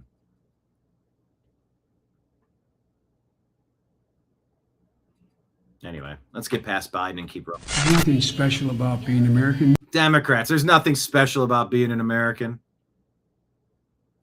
None of you can define for me what an American is. America, you'll never guess what's just been discovered. Other people can define what being an American is. This is going to sound a little... Anti-flock psyop? This is going to sound a little crazy, but I think Trump and the Trump administration are the ones pushing these viral videos of people destroying flock cameras. All this looks super badass, he says, but before we start celebrating, I have to ask a much bigger question. all of this anti-flock coverage suddenly exploding right Why is all the coverage everywhere? now. Is this movement actually organic? Or has been hijacked by more nefarious dark forces behind the scenes? Take Denver, Colorado. When Denver decided to part ways with Flock after a massive public outcry, they didn't turn off the surveillance. Instead, what they did was they turn around and hand millions of dollars in new contracts to defense tech giant Exxon Enterprise. Monopoly behind the tasers, the police body cams, highly integrated AI crime centers. And if you follow the money, things get even more interesting. Exxon has spent years aggressively expanding its lobby. On top of that, prominent political figures, including President Trump, have personally invested millions of has he into Exxon? I don't even know that Trump invests his money, but Qatar News says he bought $5 million of stock in Scottsdale-based Exxon. I'm viewing that claim as suspect, by the way, to be further investigated. Privatized law enforcement infrastructure. So you have to wonder, all this viral backlash against Flock simply clearing the way for an even bigger, more nefarious, more well-connected defense tech monopoly to take over America's mass surveillance ambitions. I'm just asking the question. That's all right. It took a minute to get to where he was going. All right, yeah, clear the way, pave the way. Make sure you get a massive flood up on those North Carolina hills over yonder. Let's just wipe out all the roads, all the bridges, all the people, all the homes. Then we can do our strip mining for lithium there. We can't do all that if there's all those. And I would have got a. Yeah, if it isn't for all those meddling North Carolinians, I would have got away with it too. If it wasn't for all you meddling North Carolinians. So yeah, it's sort of just like anything. Demonize.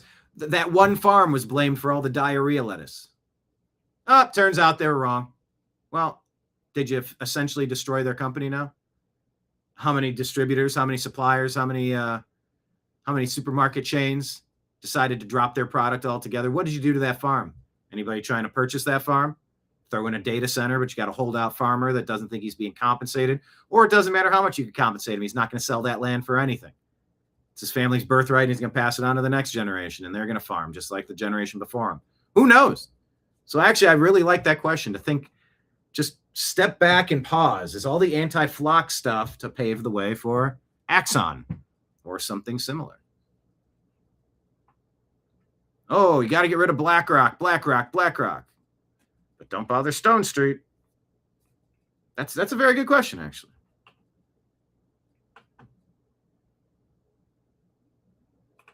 All right.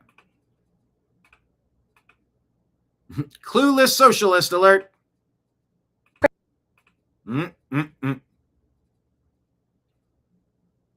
Inspiration is great, but if Here we go. DSA leader was asked what happens to bodega owners when the government opens a grocery store next door. inspiration is great, but if you're the bodega owner, how would you feel if the government opened a big grocery store right next to your bodega? If one publicly owned grocery store that brings prices down in the neighborhood is enough to put someone out of business, then maybe they shouldn't have been in that business in the first place.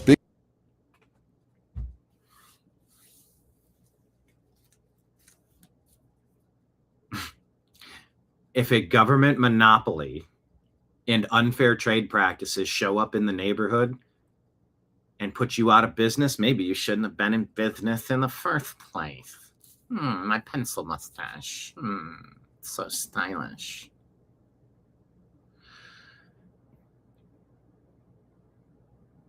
You know, you ponder, what's the rent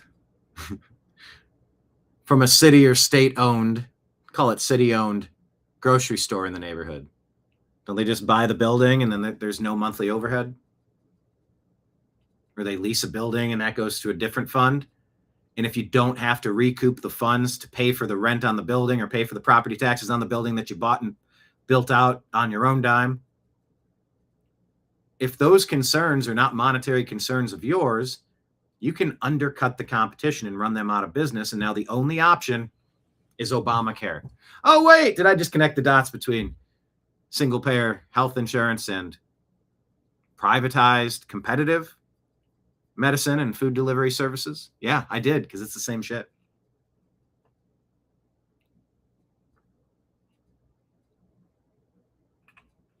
Arnold says, Babylon is the present world economic system that every nation has subscribed to. Fiat currency based on debt and fractional reserve banking. We are very close to the house of cards. Oh, we're very close. I played you yesterday, Dave Smith, explaining the Federal Reserve to Theo Vaughn. And it's like, yeah, so the private banking cartel of the Federal Reserve, nothing federal about it, a private banking cartel, creates money out of thin air and then loans it to the United States with interest attached. Then they decide to give free money out to a couple of select banks, JP Morgan and Bank of America, and et cetera. And then they loan out the money, not at the rate that they got it at. If they got it at 1%, they don't loan it out at 2%. They loan it out at 4%, 5%, 6%, 13%, 35%. The hell are we doing? This system sucks. Everything about it sucks. Since Ron Paul, 25 years ago, 30, 40 years ago saying it, this system sucks because politicians are spending the budget into oblivion and devaluing our dollars. Why don't we just have a separate currency for the federal government? Let them not mess with our American currency. What would happen if a dollar, I mean, what would it used to be like? $2,500 would buy you the kit to build your house in the 70s. House is selling for 20 grand, 50 grand, 100 grand. You know, like good houses. You should go to Taco Bell, you and a friend, $9. You got 6 bags of stuff, 39-cent tacos. If your money actually goes somewhere, if it's powerful, it's not so hard for everybody to just break even. And it's not so hard for everybody to just put a little more effort in and make sure they have safeguards and backup. You know, you save for a rainy day. But these pencil-mustached, clueless socialists don't understand how things work in the real world. Dennis Prager does. Big government means less liberty. Big government equals less liberty. By definition, it has to. There's a finite amount of space, and as the government takes up more space, you take up less space. Yeah. It's a teeter-totter. Give them more, and it lifts you higher into the air, and you're not in control of the teeter-totter anymore. That's why I came up with this phrase 20 years ago, the bigger the government, the smaller the citizen. We even made bumper stickers at PragerU that said that. The bigger the government, the smaller the citizen. That's well said, Dennis Prager. I wonder how he's doing. What is the latest? Anyone know? Latest on health of Dennis Prager. He had a bad accident. Mid-June update. Serious ongoing health challenges stemming from a severe spinal cord injury in late 24 that left him paralyzed below the neck and shoulders. Facing multiple hospitalizations for infections, pneumonia, blood clots in his lungs, and breathing difficulties. Rushed to the ER with multiple infections leading to major breathing problems in June of 26.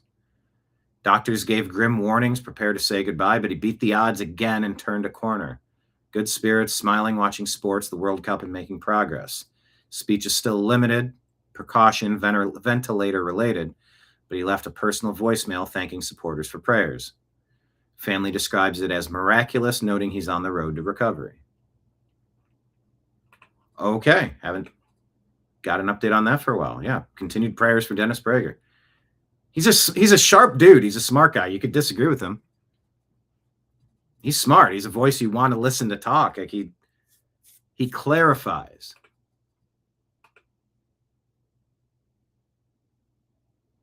Doesn't clarify reality. He clarifies his reality. Inspiration is great.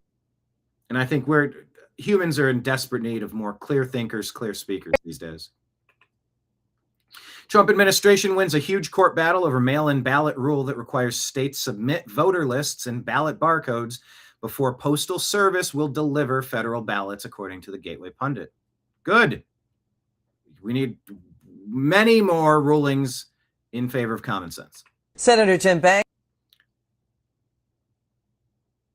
Senator Jim Banks talking about how all 9 Supreme Court justices agree children of invaders shouldn't receive birthright citizenship. So, under Biden, we were invaded by illegal aliens, but Jim Banks has a bill to correct this. Good.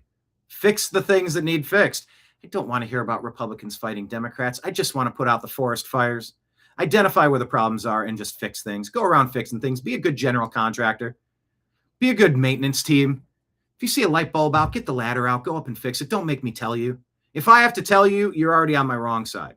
You need to anticipate these things. And I'll tell you what, if I note something in my walkthrough inspection this month and I come back again next month and it hasn't been dealt with, now I know for at least 30 days you haven't been doing your job, because it's your job to inspect. I used to do this property management. You could tell which maintenance companies weren't doing the job, or which landscapers weren't edging, and which places weren't trimming trees off of the gutters and the roofing. And you can tell. That is, if you're keeping an eye on them. Let's listen to Senator Jim Banks' idea.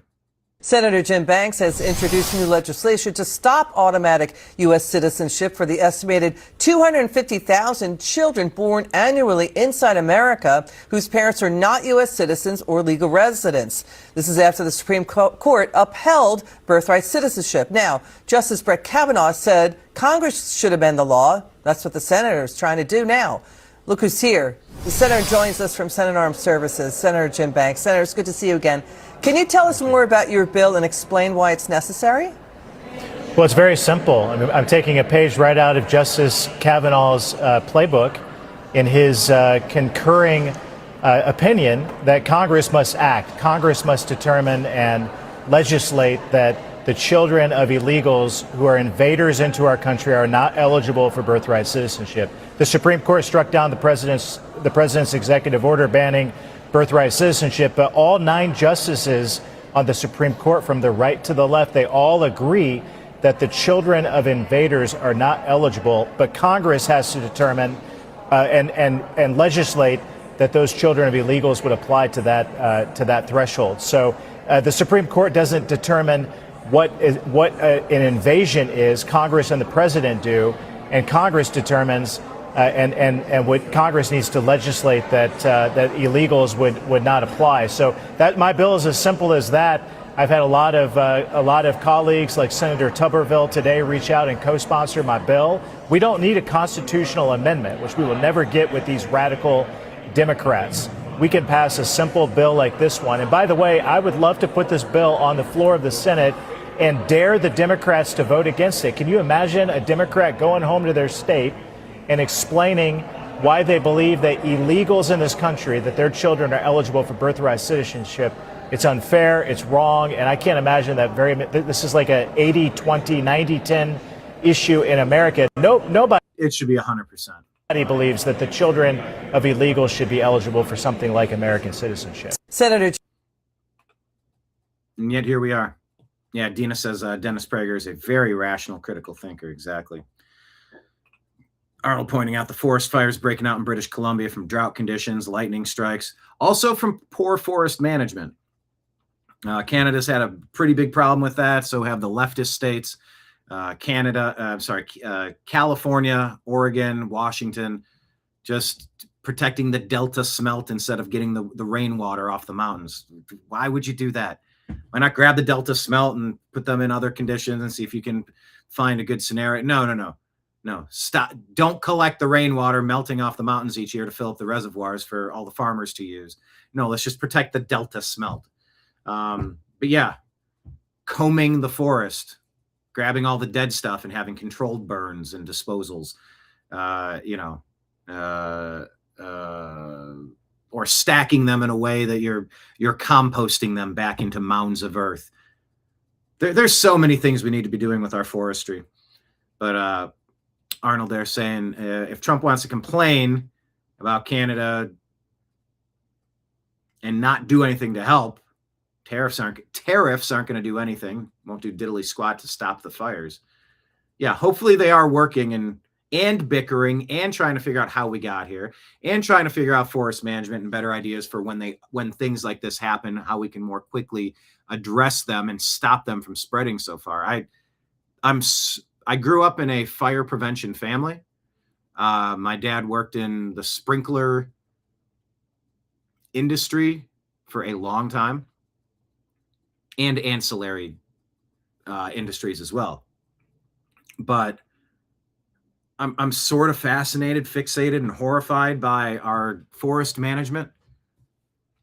And yeah, being from Ohio, I got so many friends and family, and it's just the air's been toxic for a long time. And that's just the air. Up in Canada, I mean, the fires are still raging, and I hate it. I don't know why we can't do better. Can't we say all hands on deck? Can't we use something in our budgeting to just get a fleet of water helicopters or some sort of something? Can't we do something better than what we're doing? I'm with you. I am caught up in that topic for sure. Senator Jim. Keep going here. Oh, this one is wild. By the way, I'll take this moment to remind you all that the New American Media is fully crowdfunded. Your support matters immensely. Speaking of Arnold talking about the fires, I'm going to be trying a Western Union. Arnold said, I like your show and I'd like to contribute. I said, well, that's humbling, and I appreciate your kind thoughts and the gesture of wanting to contribute something to the new American media. You know, we do this every day, just out of the kindness of our hearts, working off tips. You know, a lot of jobs are commission only, bartending, and if you're playing guitar on the street corner singing songs, you open up the guitar case. If people like it, they throw money in. If you're playing piano in a bar, like if you go request a song and they play it, or you get karaoke and you give the guy $5, you go, hey, can I get these 2 songs in the next hour? I'll see what I can do. You work off tips, you know? So please consider going to Patreon or Rumble or YouTube or all 3. Some of you are supporters on all 3 platforms. For as little as $5 a month, you can become a subscriber to the new American media. Please consider doing that. It means the world. Because stuff like that, we know what's going to happen next month compared to this month. We can project it. Also, we have standalone Rumble rant tips and super chat tips that you can throw into our tip jar from Rumble and YouTube. Once you set it up on a credit card, you can tip us once a month, once a week, once a day, or as the feeling strikes. Please consider setting that up. Get a separate credit card. It's like, oh, this is that $200 limit Macy's credit card that I got. They said, oh, we'll give you 10% off if you get our credit card. You go, yeah, I got it. I don't use it for anything. Or I got a Home Depot card, but I never use it. Take your 3rd or 4th, just that card that's sitting there, not your day-to-day one. If you're leery of computer transactions, hacking, and fraud, I get it. But get your little promotional card. I can't be the only one that's signed up for a card to get 20% off, and then you pay it off and you don't use it again.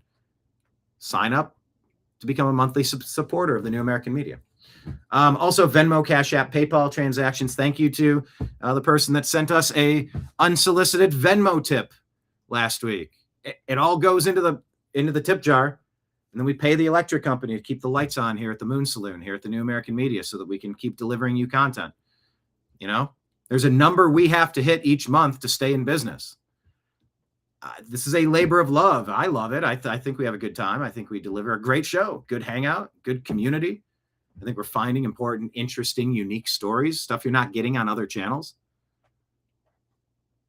So if you like what you're seeing and you want to see more of it, please consider supporting it. If you want your garden to grow, you got to fertilize it, you got to water it, or else you know what's going to happen. It's going to burn out. It ain't going to work. It won't produce fruit. If you want to see us next season, consider supporting us. Thank you so much. All right. I can't click on this to full screen it. I hope it'll play all of it. This right here is surveillance footage from a driveway. It says a man wakes up, News 9. I don't know where this is from, and I can't click the source video, which sucks. It says a man wakes up in the bed of a random truck in Edmond, Oklahoma after the UFC fight night and event in OKC. These 2 guys get home from the UFC.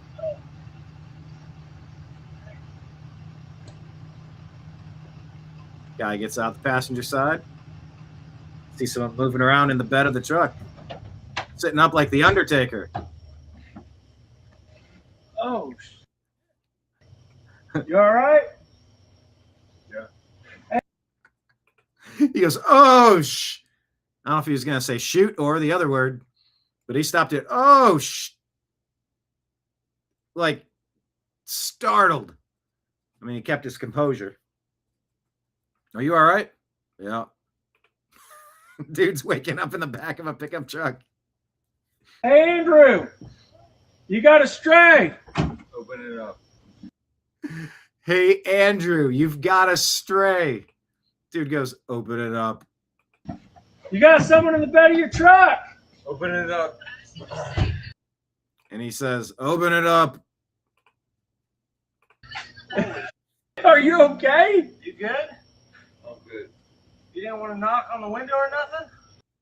I'm good. Guy goes, you didn't want to knock on the window or nothing? Nope. Nope.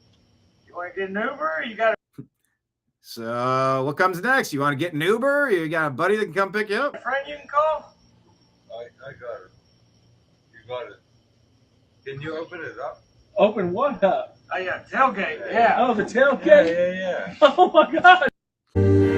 I knew they were going to do it. They cut off the end, and dude, he's a little wobbly, stumbly, but he's trying to rally. I mean, Lord knows I've taken naps in strange places before. Where was I at? I was on the Strip when I lived in Los Angeles. I was at, I was probably up and down. Key Club, Roxy, Whiskey, On the Rocks. Saw somebody some night. Went to Norm's Diner. Took a nap in the booth. There's a picture of me somewhere where I have straws in my nose. My brother and my roommates thought that would be funny.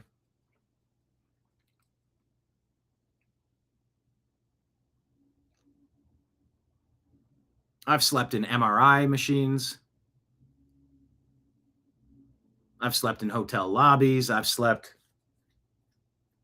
sitting on a closed toilet seat with my hands like this on the vanity.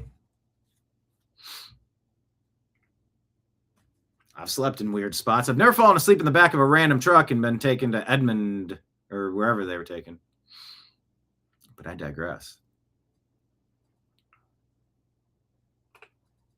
We're talking about the fires. Take a look.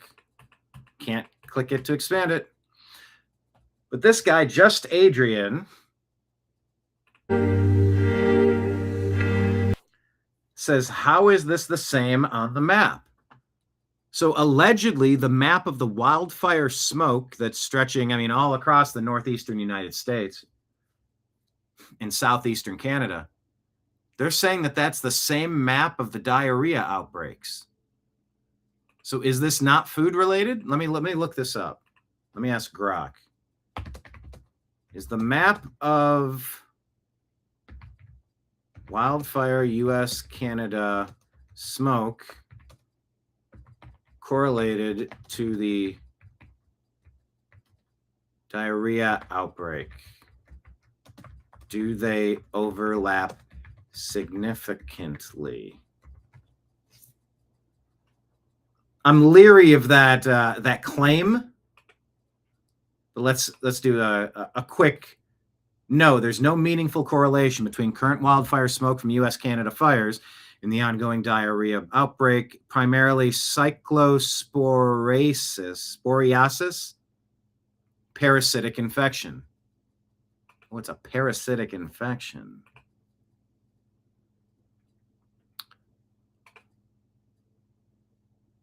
That doesn't mean it's diagnosed properly. They do not overlap significantly in a causal way. Okay, hold on. Do the maps overlap? Often Grok will answer a question you weren't asking or answer it in a way that it's not. There is geographic overlap in the Midwest, Northeast, smoke drifting, Southeast, and cyclosporiasis cases there, but it's okay. I'm going to say thumbs down. They're saying it's coincidental. You couldn't possibly know that this is coincidental. Could you? No. So just say the maps overlap, but proof of causation has not been shown.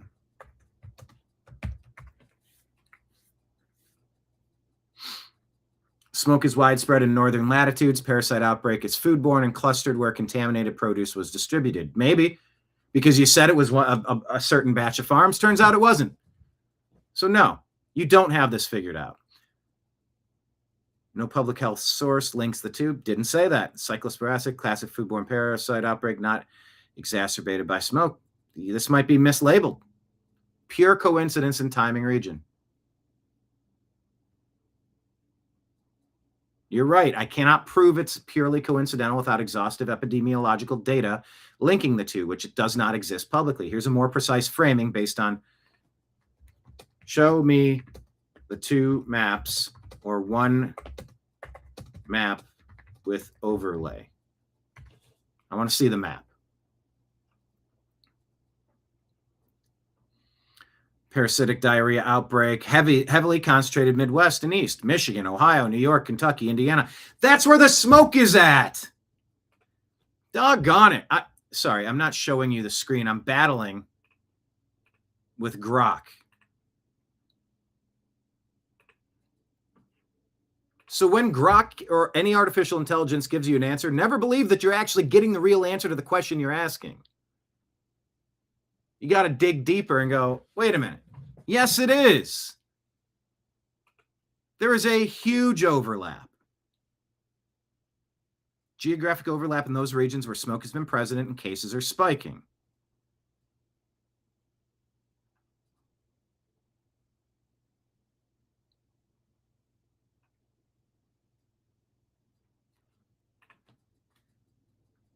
Create one clear side by side or overlapping map to show smoke and diarrhea.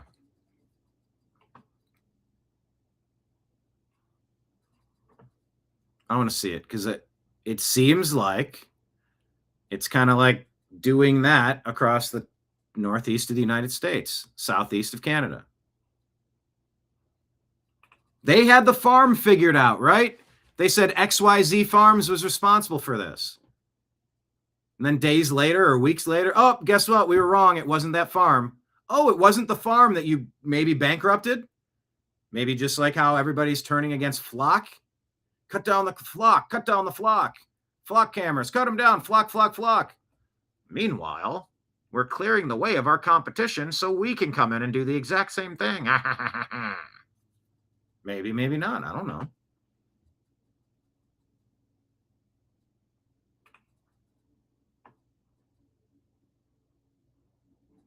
So the heaviest concentrations, this is the best I can do, folks. Just that is the general swoop and swope. Swope? Slope. Swope. You know the region. Minnesota, Illinois, Indiana, Ohio, Kentucky, Pennsylvania, New York, etc. Blue is the heaviest. That's Michigan. And Michigan, that's the heaviest with the wildfires too. It's right up there in Canada. That's where the highest concentration of that is to swoop through there. And look at all of the places surrounding Michigan: Illinois, Indiana, Ohio, New York, little North Carolina. It's all most heavily concentrated in the exact same area. And I say exact same, but margins of error. If you did the exact, I just want an exact overlap. Grok, make me an exact color-coded overlap of both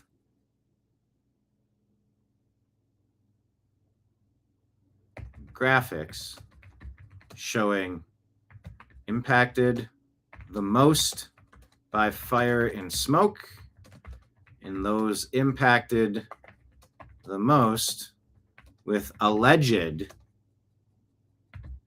lettuce diarrhea. Because now I'm wondering if people are getting sick from the smoke. People are coming outside saying it smells like chemicals. Have you heard that? Maybe they're not getting sick from the lettuce. This is not me saying that I know this to be true. I had a dream and Egyptian bees told me. Yeah, I'm making fun of Candace Owens. You're allowed to do that.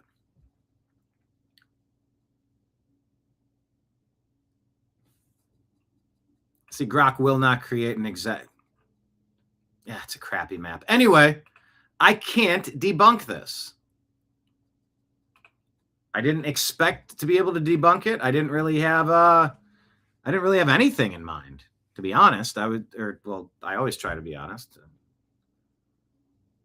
Got to check to see if it's true. Yeah, I don't know. But I am curious now. I have a new possible hypothesis there. Maybe it's the pollution that's making people sick. Can't click on this one either. Why won't they let us click on these stories, Instagram? Garbaggio account says it's repulsive. Thomas Massey on the 21st reports that unfortunately the rule was passed just now. There will be no debate or vote allowed on Section 219, integration of U.S. military technology and supply chains with Israel's. I would love to see the thread and click on the original source, but it will not let me. Why does Instagram not want me to see that story?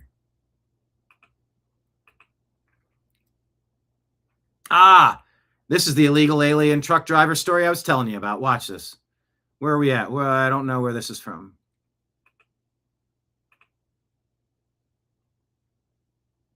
Allegedly from a traffic stop.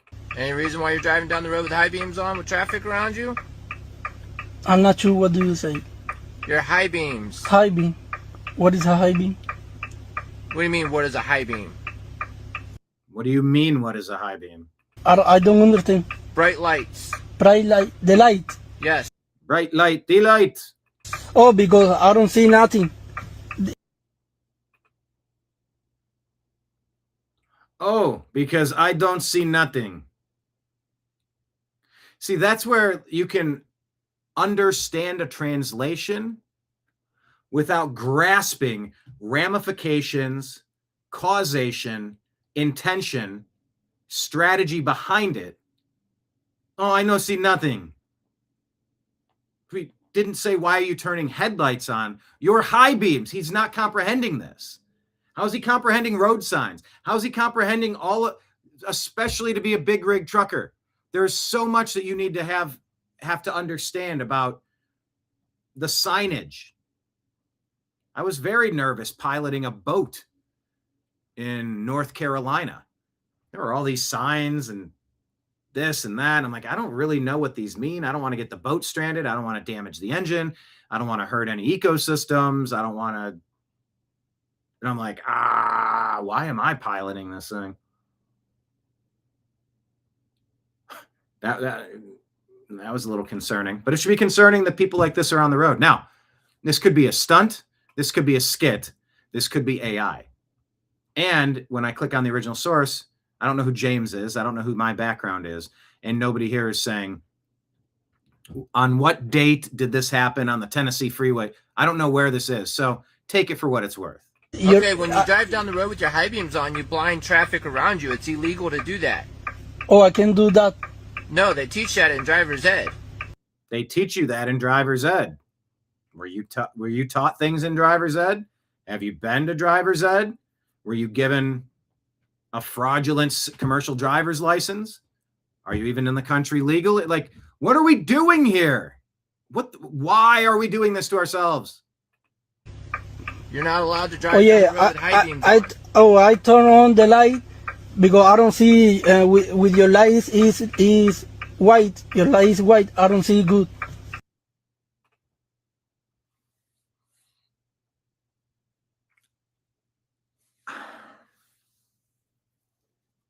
I'm now suspecting that the guy might be special needs.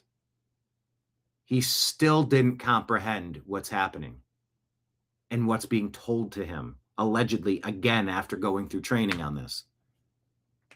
I turn on the light because I no see good. And because of the white of your light, and your light is white. Huh? Still not comprehending what a high beam is. There's no fixing this. There's no fixing this. Removal. And then a reapplication. You can apply again. Out! Out! Truck drivers can make some money. Pay Americans to drive the trucks. And you know what's happening next. They're going to be the cyber trucks, and they're just going to cruise in that lane. They're going to maybe they'll function well most of the time. Maybe they won't. Maybe the batting average will be better than a truck driver that could get tired behind the wheel. It's got Tesla automated big rigs have got to be better than Indian and Central American illegal alien, unauthorized, illegally obtained commercial driver's light permit truckers that don't understand how to drive. I feel like I'm living inside of an insane asylum. Say that 3 times fast. I feel like I'm living inside of an insane asylum. I feel like I'm living in the inside of an insane asylum. I feel like I'm living in the inside of an insane asylum. I almost had it. That's a tough one. Guys, try it. Can you get that? I feel like I'm living in the inside of an insane asylum. I feel like I'm living inside the Oh, that's why I was adding something. I feel like I'm living inside of an insane asylum. I feel like I'm living in the inside of an insane asylum. I feel like I'm living inside of an insane asylum. It's tough. No, Patriot Warrior. High beams are not Dolly Parton in the winter. Ding, ding.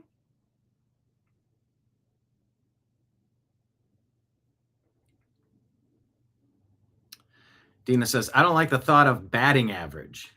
You may be safe or you may get killed. Oh, yeah. Yeah. It's a risk batting average. I want the potentiality. I want the risk potential to be as low as humanly possible. Is that all right? What's my light got to do with it? Yes. What does his light have to do with any of it?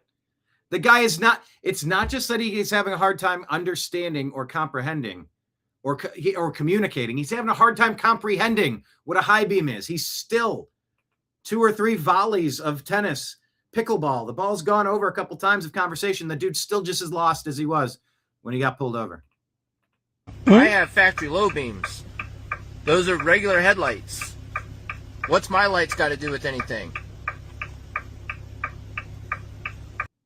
Silence now. Bruckshot says, migrant fatigue. So you saw my lights and turned your high beams on to blind me? No, because I don't see good. I don't see for your light is white. I don't see when you are close to me. I don't see good. Okay, so all is black. Why did you turn your high beams on? To see better the street. Okay. Why, when you saw me coming, why didn't you turn them off? Okay. Why didn't you turn them off when you saw me coming? I don't understand. It's illegal to drive down the road with your high beam.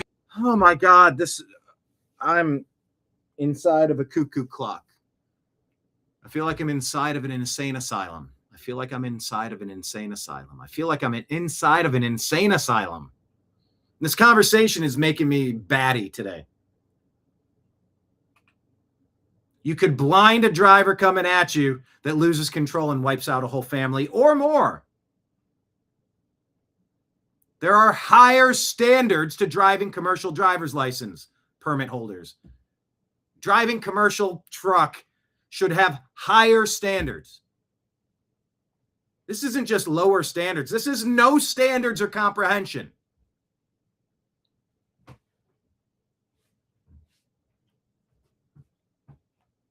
I mean, come on, people. My only redeeming, saving grace here might be that this might be a skit or it might be artificial intelligence. It might be faked because I don't have source video. I can't tell which department he's with. It doesn't list a story of on September 18th at 3:05 a.m. in Tupelo, Mississippi. Officer James Coppity Cop pulled over Abu No Entiende on Route 75 or something. If I had some of that, I could fully get irate about this, but I'm just going to take a deep breath because problems like this are completely unnecessary, 100% avoidable. Beams on with traffic approaching you.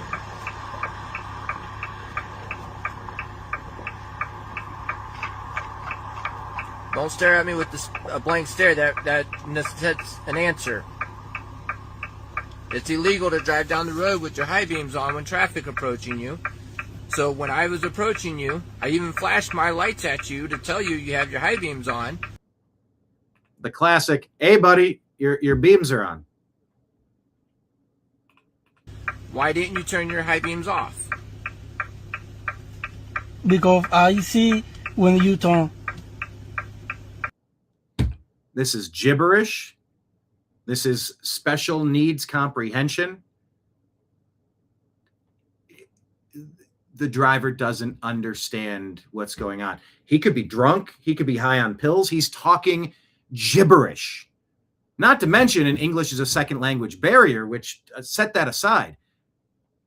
Entiendo poquito español. Estudio en escuela para 13 y medio años.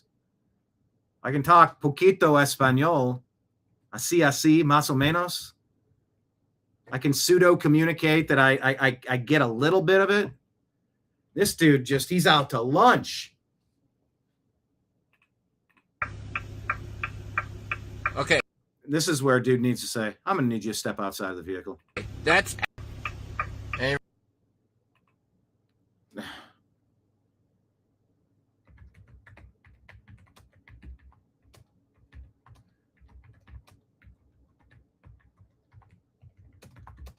Infuriating video, zero driver comprehension. How did the driver obtain a CDL if they can't comprehend the rules of the road? WTF.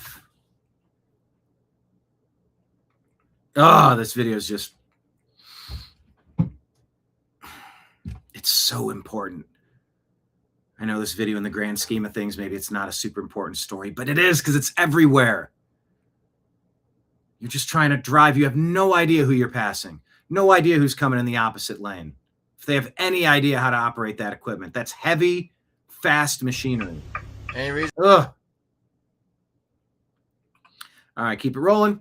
Libs of TikTok reporting the illegal alien who Connecticut Senator Richard Blumenthal and other Senate and other Democrat officials rallied to support after he was detained by ICE is registered to vote in Connecticut despite not being a citizen. Wow, looks like more charges, huh? Will we see indictments and charges? Hope so. I guess this is true. Ferran Torres celebrates having won the second World Cup for Spain with a cross and a Make Spain Great Again cap in Madrid. Let me watch this and let me double check it. Ferran Torres.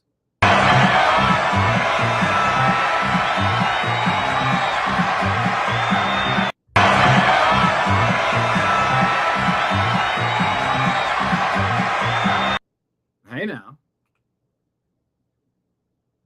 Looks interesting. Let's see. Was the video legit or AI of him wearing the hat in the World Cup parade? Grok just generated an image for me. No, I didn't want an image of him. I'm asking if it happened. The video is legit. It's not AI. You know how some people were trying to say, oh, President Trump, he was lingering too long on the stage. They waited till Trump was gone to celebrate. No, some people wanted him there. And some people love this country and love this president and want their countries to act more in their own self-interests as well.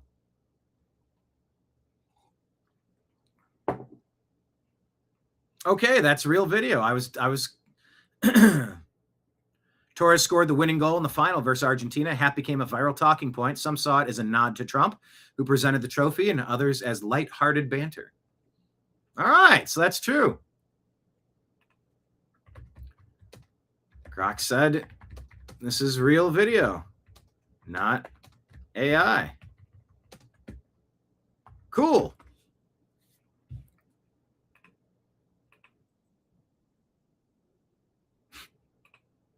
All right, awesome. I'm happy to report that. That makes me happy. Leanne says that driver must not go to an eye doctor as they would turn him into the state. Yeah. Arnold says just pure ignorance, no training, no experience, no natural intellectual ability to comprehend. Yeah, the last people we want on our roads, people that don't understand how to do it. There is nothing bigoted or racist or phobic about common sense policy. Common sense transcends all, period. Common sense transcends. Say that 3 times fast. Common sense transcends. Common sense transcends. Common sense transcends. Patriot Warrior says Highway Patrol took it too easy on him. Can't speak English. Call ICE. Arrest him and deport him. Yeah, I would love to know if there's a second part to that video. Because at that point, he's just said, I'm going to need you to step out of the vehicle. Like, you're not, we're done here. Like, I don't know. You're either high on something or you don't comprehend the law, language of the land, law of the land, rules of being behind a truck. I flashed the bright lights and you just didn't turn them down. Now, it's possible the lights that were installed are lights that appear to be high beam when they're actually not. That's something that could happen.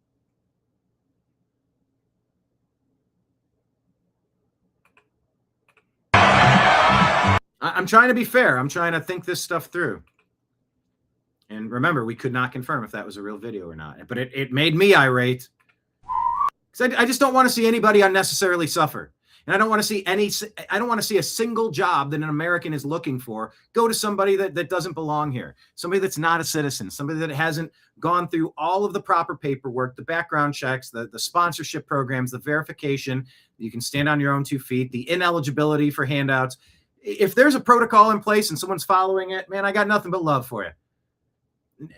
Legitimately, I don't hate people visiting America. I hate people overstaying their welcome. Tell you, for me, a guy that can rally and outlast anybody at a party, and I've often been the last person going. And it's like, bro, you should have read the room and left a few hours ago. I'm like, we were hanging out talking for a while. I don't know. Oh, Toria Brooke has a drop, and then let's go to this one first. So, all right, I'll do this one, and then I'll do the Toria Brooke drop, and we will wrap the show. Final reminder, please consider, we are more than 2/3 of the way, 3/4 of the way maybe through the month of July. And I would like to end the month of July on a strong note. Please consider, for as little as $5 a month, going to Patreon, Rumble, or YouTube and becoming a sponsor for as little as $5 a month. You can just say, hey, on the first of the month, you're going to go to your mailbox and there's going to be a Lego block in there for $5. And you get to use that as a foundational Lego piece to build the foundation on this pad as you create the real Moon Saloon, as you create the real TNAM studio, as you continue to grow and expand your empire to reach more people with this program. Please consider signing up as a monthly sponsor, or if you want to drop a one-time Rumble rant or Super Chat tip, throw some silver coins into my tip jar, please consider Venmo or Cash App. That's at Brian, B-R-I-A-N, Engelman, E-N-G-E-L-M-A-N. That's spelled out and spelled exactly below me on the scrolling text there. And if you want to shoot something over on PayPal, use the email address fuzzinstallment@yahoo.com. All right, here's a story about Houston. I think we brought up Houston earlier. Who's from Houston? Probably a couple of you, right? Check this out. So my good friend Kenny Webster says, Houston has over 3,000 flock cameras, more than any other city in the United States. This is verifiably true. Since installing them, the crime rate hasn't changed dramatically. Yeah, it certainly hasn't seen a significant decrease. So what are they doing?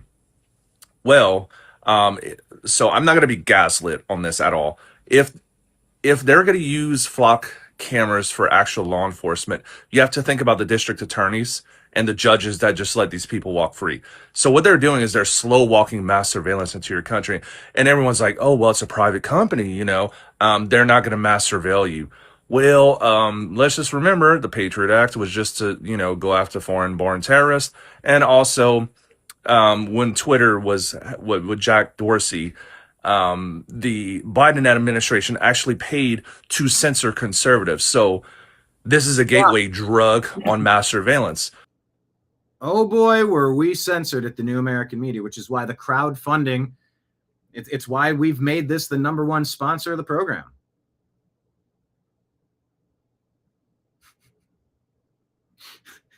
That's a funny comment. John on the Rumble chat says, I was trying to get that map of the diarrhea outbreak and the smoke and fire outbreak overlaid. Patriot Warrior says, it even looks like shit on a map. Yeah, it was like this big brown, dark brown. Bleh, bleh. Like something you're using a plastic bag to pick up off the lawn. You're right. It did sort of look like that. But yeah, the censorship was absolutely real of conservative, libertarian, constitutionalist, nationalist. I don't know what I am. I just know what I'm not. I am much more certain of what I'm not in politics. I'm not a Democrat. I'm not a globalist.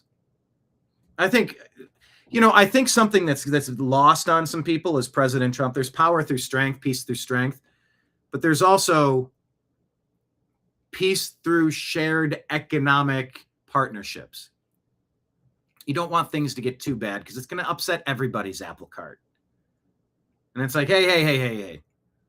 It's like you have an adult in the room if kids are roughhousing. You don't want it to go too far.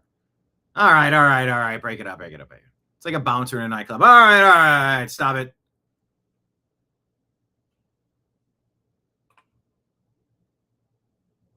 But yeah, back to this guy. Yeah, Houston's 3,000 flock cameras. Crime rate hasn't changed. But what are they doing? Building the database where everybody goes what they do. And when you have this grid fully optimized, I mean, we're living on a prison planet. We are very close to being on a prison planet. We probably already are. That shit's not cool. We got a Fourth Amendment here. Leave us alone. Really, leave us alone. We want to be free-range humans. And if we're not causing specific problems that weren't accidents or oversights, and everybody's allowed to stumble and make some mistakes in life, but come on. What are we doing? Eventually, the government is going to get involved in this. I promise you. I'm not going to be gaslit into thinking otherwise. All right. So that's this dude. Steve loves ammo. So my good. All right. Last batch of stories here. Let's roll through them. By the way, I'm going to wrap today's show with Instagram. I have a whole bevy of stories on our X account. Make sure you're following us on X. We want to grow over there. Please help us retweet some of our stuff and quote tweet it. Hit quote, and then it'll share our stuff, and then tell us what you think in a sentence above it. We got to start feeding the algorithms so that they can wake up out of their slumber. It's like a device that gets a motion sensor. Ooh, I haven't been awake on this device for a while. Let's run some updates. Arnold saying, 20 minutes after you end this stream, call me. Please acknowledge us. Acknowledged. I'll try to call you immediately after. Within 5 minutes of the stream, if that works. All right, let's wrap up this batch of stories. Toria Brooke, I like her drops. She has a nice scatter shot. In case you missed it, prices for new homes sink below resales for the first time ever. Oh. This rare shift is driven by aggressive builder incentives to offset high mortgage rates and a supply imbalance where current homeowners refuse to sell. Current homeowners are refusing to sell because the interest rates suck. Drop the interest rates to 1%. Drop them to 2% max.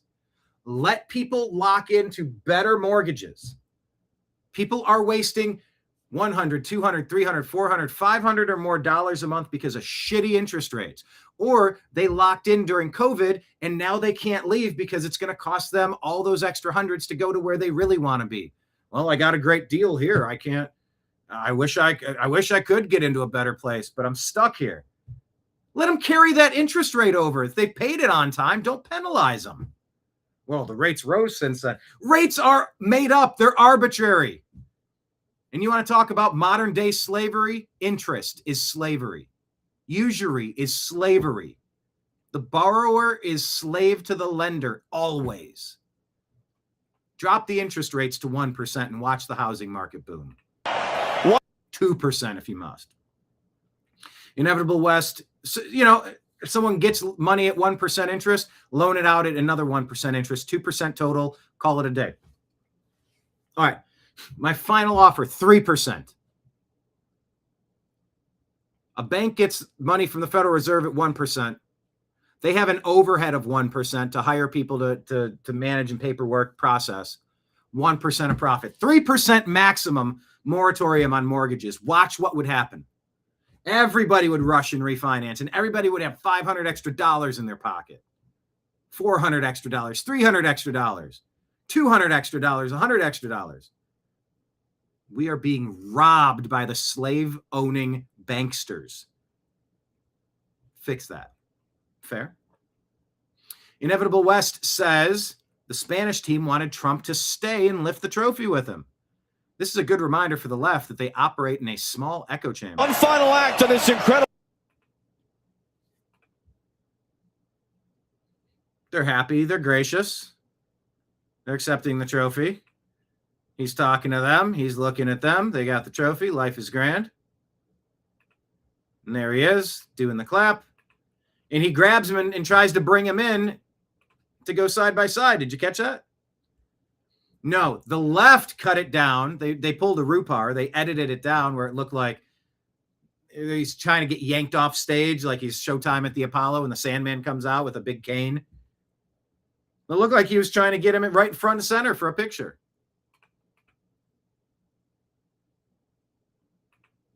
And that wasn't a push off. That was like, oh, I thought we were going to, and Trump's walking off and saying stuff to the other guys. Oh, you guys you did a great job out there.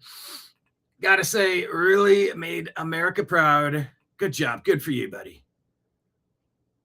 But you saw this where the left only played the end right here. And they said, see, and he was cropped off of their social media. They just cropped him out.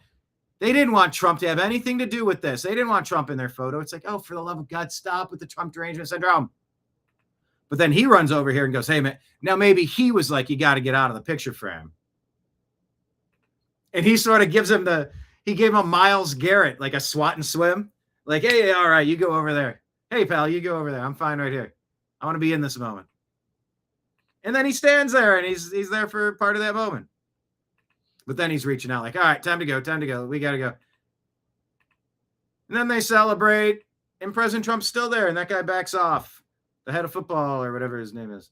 And Trump's like, all right, you had a good thing here. Good for you. We'll get you next time.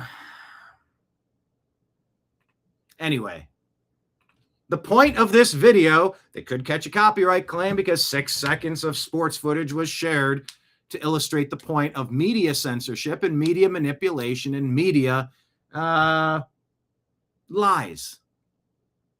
Because there's that whole beginning part. That whole beginning part was the exact opposite of the narrative you were told. By the way, check on Spain. Wildfire scorches 26,000 hectares. The hell's a hectare? Oh, thanks. 65,000 acres north of Madrid. Prayers for Spain. Can we please come together as humanity and find a better way to manage our forests? Please, let's be smart. I have some great ideas. What is this? Picture of the sprinkle cake. I thought, I don't know what this is doing here. oh, what fun. Okay, I'm going to move past it. Insider paper says Cuba has infiltrated the highest reaches of the United States government, recruiting and cultivating generations of American activists, and backed an unprecedented wave of left-wing terrorism on American soil, the U.S. State Department said. Cuba's a very Secretary Rubio detailing how Cuba is not run by government. It's run by military holding company GAESA, which yields 70% of Cuba's GDP in tourism, gas, and mining. Today, the State Department reveals Cuba has led radical leftism and third worldism in the United States. Ain't it about time somebody addressed this? Yeah. I mean, I think the misnomer about Cuba, or the misunderstanding about Cuba's actually not controlled by the government. Cuba's controlled by a military holding company named GAESA. And GAESA virtually owns anything. They own the tourist sector, they own mining, they own the gas stations, they own everything. They generate about 70% of Cuba's GDP is under the control of this military company. And they're sitting on between $14 and $17 billion in assets. So you have people literally starving, people literally like power grid that hasn't been maintained in 10 years. And yet you have this holding military company sitting on these assets. And by the way, not a penny of the money in the military holding company translates over to the public treasury. So the fundamental challenge we have here is that Cuba needs to be, in order for it not to continue to be a failed state, which poses a threat to the United States. Yeah, a failed state of Cuba off the coast of Florida poses a threat to the United States. You're damn right it does. And Marco Polo, he knows a couple things about Cuba. They need systemic and serious reform. They need to have economic reforms. And the question is, can they possibly reform, given the people who are currently Cuba's a very in charge, both of Gaesa and of their government. And I think the answer is they can. I really don't believe this system is capable of reform unless new people take over. In charge, both of regime change in Cuba incoming in 3, 2.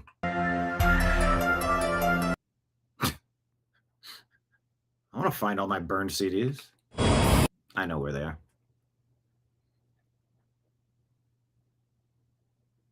Hold on, there was a shooting outside of the 26 Federal Plaza? Was that the same? We covered that fire. I didn't know there was...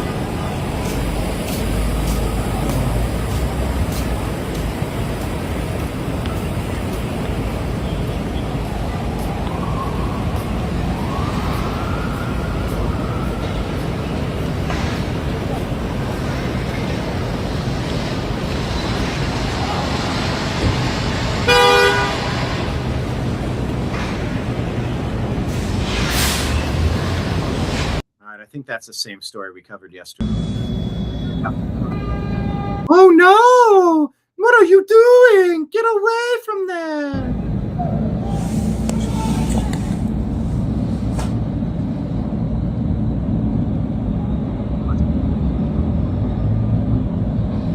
That guy got caught quick though.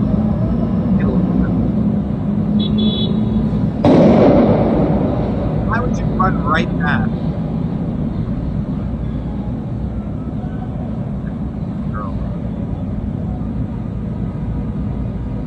That guy, 3 steps to the left. You can't do it. You're far away.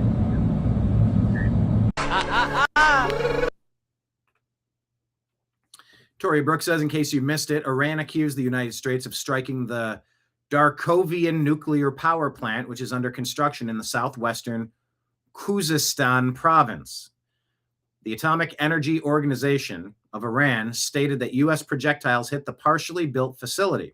The International Atomic Energy Agency, IAEA, says no nuclear material was present. Yeah.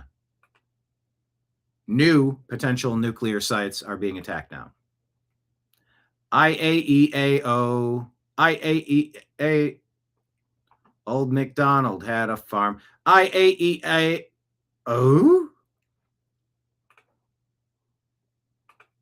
okay. Tory Brooks says Saudi Arabia rerouted much of its oil exports from the Strait of Hormuz to the Red Sea via Yanbu. But that escape route faces a new threat. Most supertankers must transit the Bab al-Mandab, where the Yemeni Houthis declared a maritime embargo on Saudi shipping, creating another potential energy choke point. President Trump was asked about the Houthis. I was listening to another report earlier. He's like, how do you know that? What have they done? No, that hasn't happened. We've actually haven't had a problem with the Houthis in a while. But if they start something up, we'll end it. So we shall see. I mean, Iran. Secretary Rubio explaining why Iran is in shambles. Economy is in shambles. 300% inflation, particularly on life-sustaining goods. That's real hard to read, hard to hear audio. Every penny this regime gets, allegedly from the quotes here from Toria Brooke, every penny this regime gets through sanctions relief or through oil, they invested in Hezbollah, Hamas. They should be building their country instead of sponsoring terrorism. All right. Some palate cleansing alpacas there. Good times. Hey, McCobston showed up just in time to hear my outro. Thank you all for being here at the Moon Saloon here at the New American Media. TNAM Daily Show. Appreciate you. I do have a full show left. If I want to do something in the evening, stay tuned. I may try to do something in the evening. Maybe 9 o'clock. We shall see. I got plans. I got grand plans. So stay tuned. My shift is over. If there's anything, yep, your tab has been comped. $0 and free cents. You owe me nothing for hanging out in my Moon Saloon today. Dining and feasting upon the stories, the banter, the pontifications, the jokes, the research, the good times, the camaraderie in the comments section. Say that 3 times fast. Camaraderie in the comments section. Camaraderie in the comments section. Camaraderie in the comments section. That's okay. I could articulate comment section a little bit better. But yes, the tab is free. I'm clocking out for the day. My shift is over. But if you want to drop a tip, Rumble Rant, Super Chat, Venmo, Cash App, PayPal, Western Union. Yeah. I need you to send me your phone number. I didn't see it. I looked in the latest text or the latest email. I don't see it, Arnold. Yeah, I don't see your phone number. I would need you to give me your phone number, Arnold. He wants to send a Western Union tip. I'm scrolling. I don't see your phone number in this last email. I'm going to reply and say, please resend your phone number. Thanks. Sent. All right. Yeah, we'll take tips however you bring them. That's for darn sure. We appreciate you being here. Maybe this evening. Trying to think what else I have on the docket and if I can make it work. 50-50 chance, all right? 50-50 chance. But thank you for being here today. Sending the email in 3 minutes. Perfect. Thank you. Signing out on behalf of everybody out there in the TNAM universe. I appreciate you. I love you. And we will talk to you again soon. Take care, everybody. Deuces.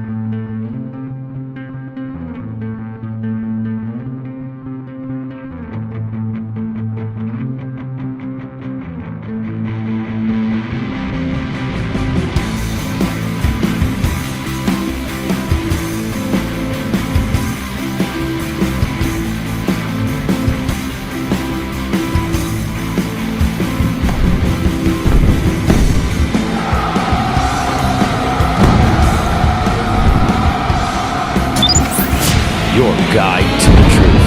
TheNewAmericanMedia.com.